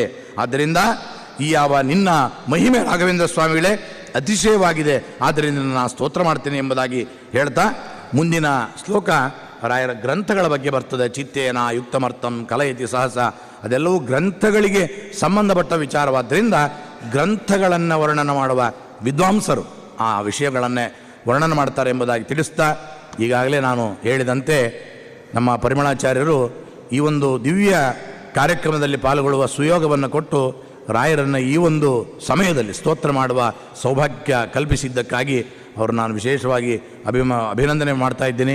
ಇನ್ನೊಂದು ವಿಚಾರವನ್ನು ಈ ಸಂದರ್ಭದಲ್ಲಿ ಹೇಳೋದಾದರೆ, ನಮ್ಮ ಪರ್ಯಾಯ ಫಲಿಮಾರ ಮಠಾಧೀಶರು ಒಂದು ವಿಶಿಷ್ಟವಾದ ಸಾಧಕರು. ನೋಡ್ರಿ, ಅವರ ಪರ್ಯಾಯದಲ್ಲಿ ಯಾವುದೋ ಒಂದು ಘಟನೆಯನ್ನು ಮಾಡಿಸ್ತಾನೆ ದೇವರು ಅವರೊಳಗೆ ನಿಂತು. ಯಾವುದು ಸಾಧ್ಯ ಇಲ್ಲ ಅಂತ ಹೇಳ್ತಾರೋ ಅದನ್ನು ಸಾಧ್ಯವನ್ನು ಮಾಡಿಸುವ ಅನುಗ್ರಹವನ್ನು ಭಗವಂತ ಅವರ ಪ್ರತಿ ಪರ್ಯಾಯದಲ್ಲೂ ಕೊಟ್ಟಂಥದ್ದನ್ನು ನಾವು ಕಣ್ಣಿಂದ ನೋಡ್ತೇವೆ. ನೋಡಲಿಕ್ಕೆ ಒಂದು ಸಣ್ಣ ಕೆಲಸ. ನಾವು ಬೆಳಗ್ಗೆ ಮುಂಜಾನೆ 2 ಗಂಟೆಗೆ ಬಂದು ಕೃಷ್ಣ ಮಠದ ಮುಂದೆ ನಿಂತರೆ ಅಲ್ಲಿ ಒಂದು ಭಜನೆ ಮಂಡಳಿ ಸೇವೆ ಮಾಡ್ತಾ ಇತ್ತು, ಭಜನೆ ಸೇವೆ. ಅದು ನೋಡಲಿಕ್ಕೇನೋ ಸಣ್ಣ ಸೇವೆ ಅನ್ನಿಸ್ತದೆ, ದೊಡ್ಡ ಅಸಾಧಾರಣವಾದ ಕಾರ್ಯ ಅದು. ಯಾಕೆಂದರೆ ಅಖಂಡ ಭಜನೆ ಅಂತೇನಿದೆ ಅದು ಸುಮ್ಮನೆ ಮಾಡೋದಲ್ರಿ. ಒಂದು ನಿಮಿಷವೂ ಕೂಡ ಬಿಡಲಾರದೆ ಆ ಹರಿವಾಯ ಗುರುಗಳನ್ನು ಸ್ತೋತ್ರ ಮಾಡುವ ಭಜನಾ ಕಾರ್ಯವನ್ನೇ ಸಂಕಲ್ಪಿಸಿಬಿಟ್ರು. ನಾವು ಮಂತ್ರಾಲಯಕ್ಕೆ ಬಂದಾಗ ಕೇಳಿದೆ, ಸ್ವಾಮಿ ಇದು ಹೇಗೆ ನೀವು ಮಾಡ್ತೀರಿ, ಇದು ಹೆಂಗೆ ಅಸಾಧ್ಯವಾದದ್ದಲ್ಲ, 2 ವರ್ಷ ನಡಿಬೇಕು, ಒಂದು ನಿಮಿಷವೂ ಬಿಡಬಾರದು. 24x7 ಅಂತ ಟಿ ವಿಯವರು ಹಾಕ್ಯಂತಾರೆ. 24x7 ನಿಂತು 24, ಮತ್ತೆ 2 ವರ್ಷ 12 ತಿಂಗಳು 24 ತಿಂಗಳಾಗಬೇಕಲ್ಲ, ಇದು ದೊಡ್ಡ ಅಸಾಧ್ಯವಾದ ಕಾರ್ಯ ಅಂತ ನಾನಂದರೆ ಕೃಷ್ಣ ಮುಖ್ಯ ಪ್ರಾಣದೇವರು ನಡೆಸ್ತಾರೆ ಅಂತ ಒಂದೇ ಅವರ ಬಾಯಿಂದ ಉತ್ತರ ಬಂದದ್ದು ಉತ್ತರ. ಇದರಿಂದ ಘಟನೆಯನ್ನು ಮಾಡ್ತಾನೆ ಸ್ವಾಮಿ ಅಂತ ಪರಮಾತ್ಮನನ್ನು ಕೊಂಡಾಡ್ತೀವಿ ನಾವು, ವೇದೋಕ್ತ ಮಹಿಮೆ ಅಂತ. ಅದನ್ನು ನೋಡಲಿಕ್ಕೆ ಎಲ್ಲಿ ಅಂದರೆ ನಮ್ಮ ಫಲಿಮಾರ ಸ್ವಾಮಿಗಳ ಹತ್ರ ಬರಬೇಕು, ಅಲ್ಲಿ ನೋಡಿದಾಗ. ಆಮೇಲೆ ತುಳಸಿ ಅರ್ಚನೆ, ಇದು ನಮ್ಮ ಕಡೆಯಲ್ಲೆಲ್ಲ ವರ್ಷಕ್ಕೆ 1 ಬಾರಿ ಲಕ್ಷ ತುಳಸಿ ಅರ್ಚನೆ ಅಂತ ಮಾಡ್ತೇವೆ. ವರ್ಷಕ್ಕೆ 1 ಬಾರಿ ಅಲ್ಲಿ ಬಸವದೊಡ್ಡಿಯಲ್ಲಿ ಮತ್ತು ಪಂಚಮುಖಿ ಪ್ರಾಣದೇವರ ಸನ್ನಿಧಾನದಲ್ಲಿ ಮಾಡ್ತೇವೆ. ವರ್ಷಕ್ಕೆ 1 ಬಾರಿ ಮಾಡೋದು ದೊಡ್ಡ ಸಾಧನೆ ಅಂತ ನಾವು ತಿಳ್ಕೊಂಡಿದ್ವಿ. ಅದು 7 ದಿನ ಸೇರಿ, ಒಂದಿನ ಅಲ್ಲ 7 ದಿನ ಸೇರಿ 1 ಲಕ್ಷ ತುಳಸಿ ಅರ್ಚನೆ ಮಾಡಿದ್ವಿ ಅಂದರೆ ದೊಡ್ಡ ಸಾಧನೆ ಮಾಡಿದ್ದೇವೆ ನಾವು ಅಂದ್ಕೊಂಡ್ವಿ. ಆದರೆ ಇವರ ಸಾಧನೆ ಒಂದು ದಿನದಲ್ಲಿಯೂ ಕೂಡ ಪ್ರತಿನಿತ್ಯದಲ್ಲೂ 1 ಲಕ್ಷ ತುಳಸಿ ಅರ್ಪಣೆಯನ್ನು ಸ್ವಾಮಿಗೆ ಮಾಡ್ತಾ ಇದ್ದಾರೆ ಅಂದರೆ ಆ ಸ್ವಾಮಿ ಇವರೊಳಗೆ ನಿಂತು ಇಂಥ ಅದ್ಭುತ ಕಾರ್ಯವನ್ನೇ ಮಾಡಿಸ್ತಾ ಇದ್ದಾನೆ. ಅದರ ಜೊತೆಗೆ ಸುವರ್ಣಾಕ್ಷರದಲ್ಲಿ ಬರೆದಿಡುವ ಸುವರ್ಣ ಗೋಪುರದ ನಿರ್ಮಾಣ. ಹಿಂದೆ ವಜ್ರ ಕವಚ ಮಾಡಿದರು, ಈಗ ಸುವರ್ಣ ಗೋಪುರವನ್ನು ನಿರ್ಮಾಣ ಮಾಡಲಿಕ್ಕೆ ಹೊರಟಿದ್ದಾರೆ. ಆದ್ದರಿಂದ ಇವರಿಗೆ ಒಂದು ಪ್ರತ್ಯೇಕವಾದ ಒಂದು ವಿಶಿಷ್ಟ ಒಂದು ಧ್ವಜ ಪರಮಾತ್ಮ ಕೊಡ್ತಾನೆ. ಜಯಪತ್ರಿಕೆಯ ಧ್ವಜವನ್ನೇ ಕೊಡ್ತಾನೆ ಎಂಬುದರಲ್ಲಿ 2ನೇ ಮಾತಿಲ್ಲ. ಯಾಕೆಂದರೆ ಅಘಟನಾಪಟು ಸ್ವಾಮಿ, ಅಘಟನಾಪಟು ಭಗವಂತ ಅಂತ ಜಗತ್ತಿಗೆ ಸಾರೋರು ನಮ್ಮ ಫಲಿಮಾರ ಸ್ವಾಮಿಗಳು. ಆದ್ದರಿಂದ ಅವರ ಒಂದು ಪರ್ಯಾಯದಲ್ಲಿ ಈ ಹಿಂದೆ ಒಂದು ಪ್ರವಚನಕ್ಕೆ ನಾನು ಬರಬೇಕಾಗಿತ್ತು, ನನ್ನ ಅನಾರೋಗ್ಯದ ನಿಮಿತ್ತ ಬರಲಿಲ್ಲ. ಆದರೆ ಅವರೊಂದು ಪರ್ಯಾಯದಲ್ಲಿ 2 ಸೇರಿ ನನಗೆ ಇದೊಂದು ಸುಯೋಗ ಒದಗಿ ಬಂತು. ಆದ್ದರಿಂದ ಅವರನ್ನು ಕೂಡ ಅನನ್ಯ ಭಕ್ತಿಯಿಂದ ಅವರ ಪಾದಾಕ್ರಾಂತನಾಗಿ ನನ್ನ ಭಕ್ತಿ ಕುಸುಮಾಂಜಲಿಯನ್ನೇ ಅರ್ಪಣೆ ಮಾಡ್ತೇನೆ. ಈ ಒಂದು ಕಾರ್ಯಕ್ರಮದಲ್ಲಿ ನನ್ನನ್ನು ಜೊತೆಗೆ ಕರ್ಕೊಂಡು ಬಂದು ಅನುಗ್ರಹ ಮಾಡಿದ ನಮ್ಮ ಗುರುಗಳು ಶ್ರೀ ಸುಬುಧೇಂದ್ರ ತೀರ್ಥ ಶ್ರೀಪಾದಗಳು, ಅವರನ್ನು ಕೂಡ ಅನನ್ಯವಾಗಿ ನಾನು ನಮಸ್ಕರಿಸಿ, ಭಕ್ತಿಯಿಂದ ನಮಸ್ಕರಿಸಿ, ನನ್ನ ಈ ವಾಕ್ಕುಸುಮವನ್ನೇ ರಾಘವೇಂದ್ರ ಗುರು ಸಾರ್ವಭೌಮರ ಮೂಲಕ, ಮುಖ್ಯ ಪುರಾಣನ ಮೂಲಕ ಕ್ಷೇತ್ರಮೂರ್ತಿಯಾದ ಕೃಷ್ಣನಲ್ಲಿ ಸಮರ್ಪಿಸಿ ಮುಗಿಸ್ತಾ ಇದ್ದೀನಿ. ಶ್ರೀಕೃಷ್ಣಾರ್ಪಣ.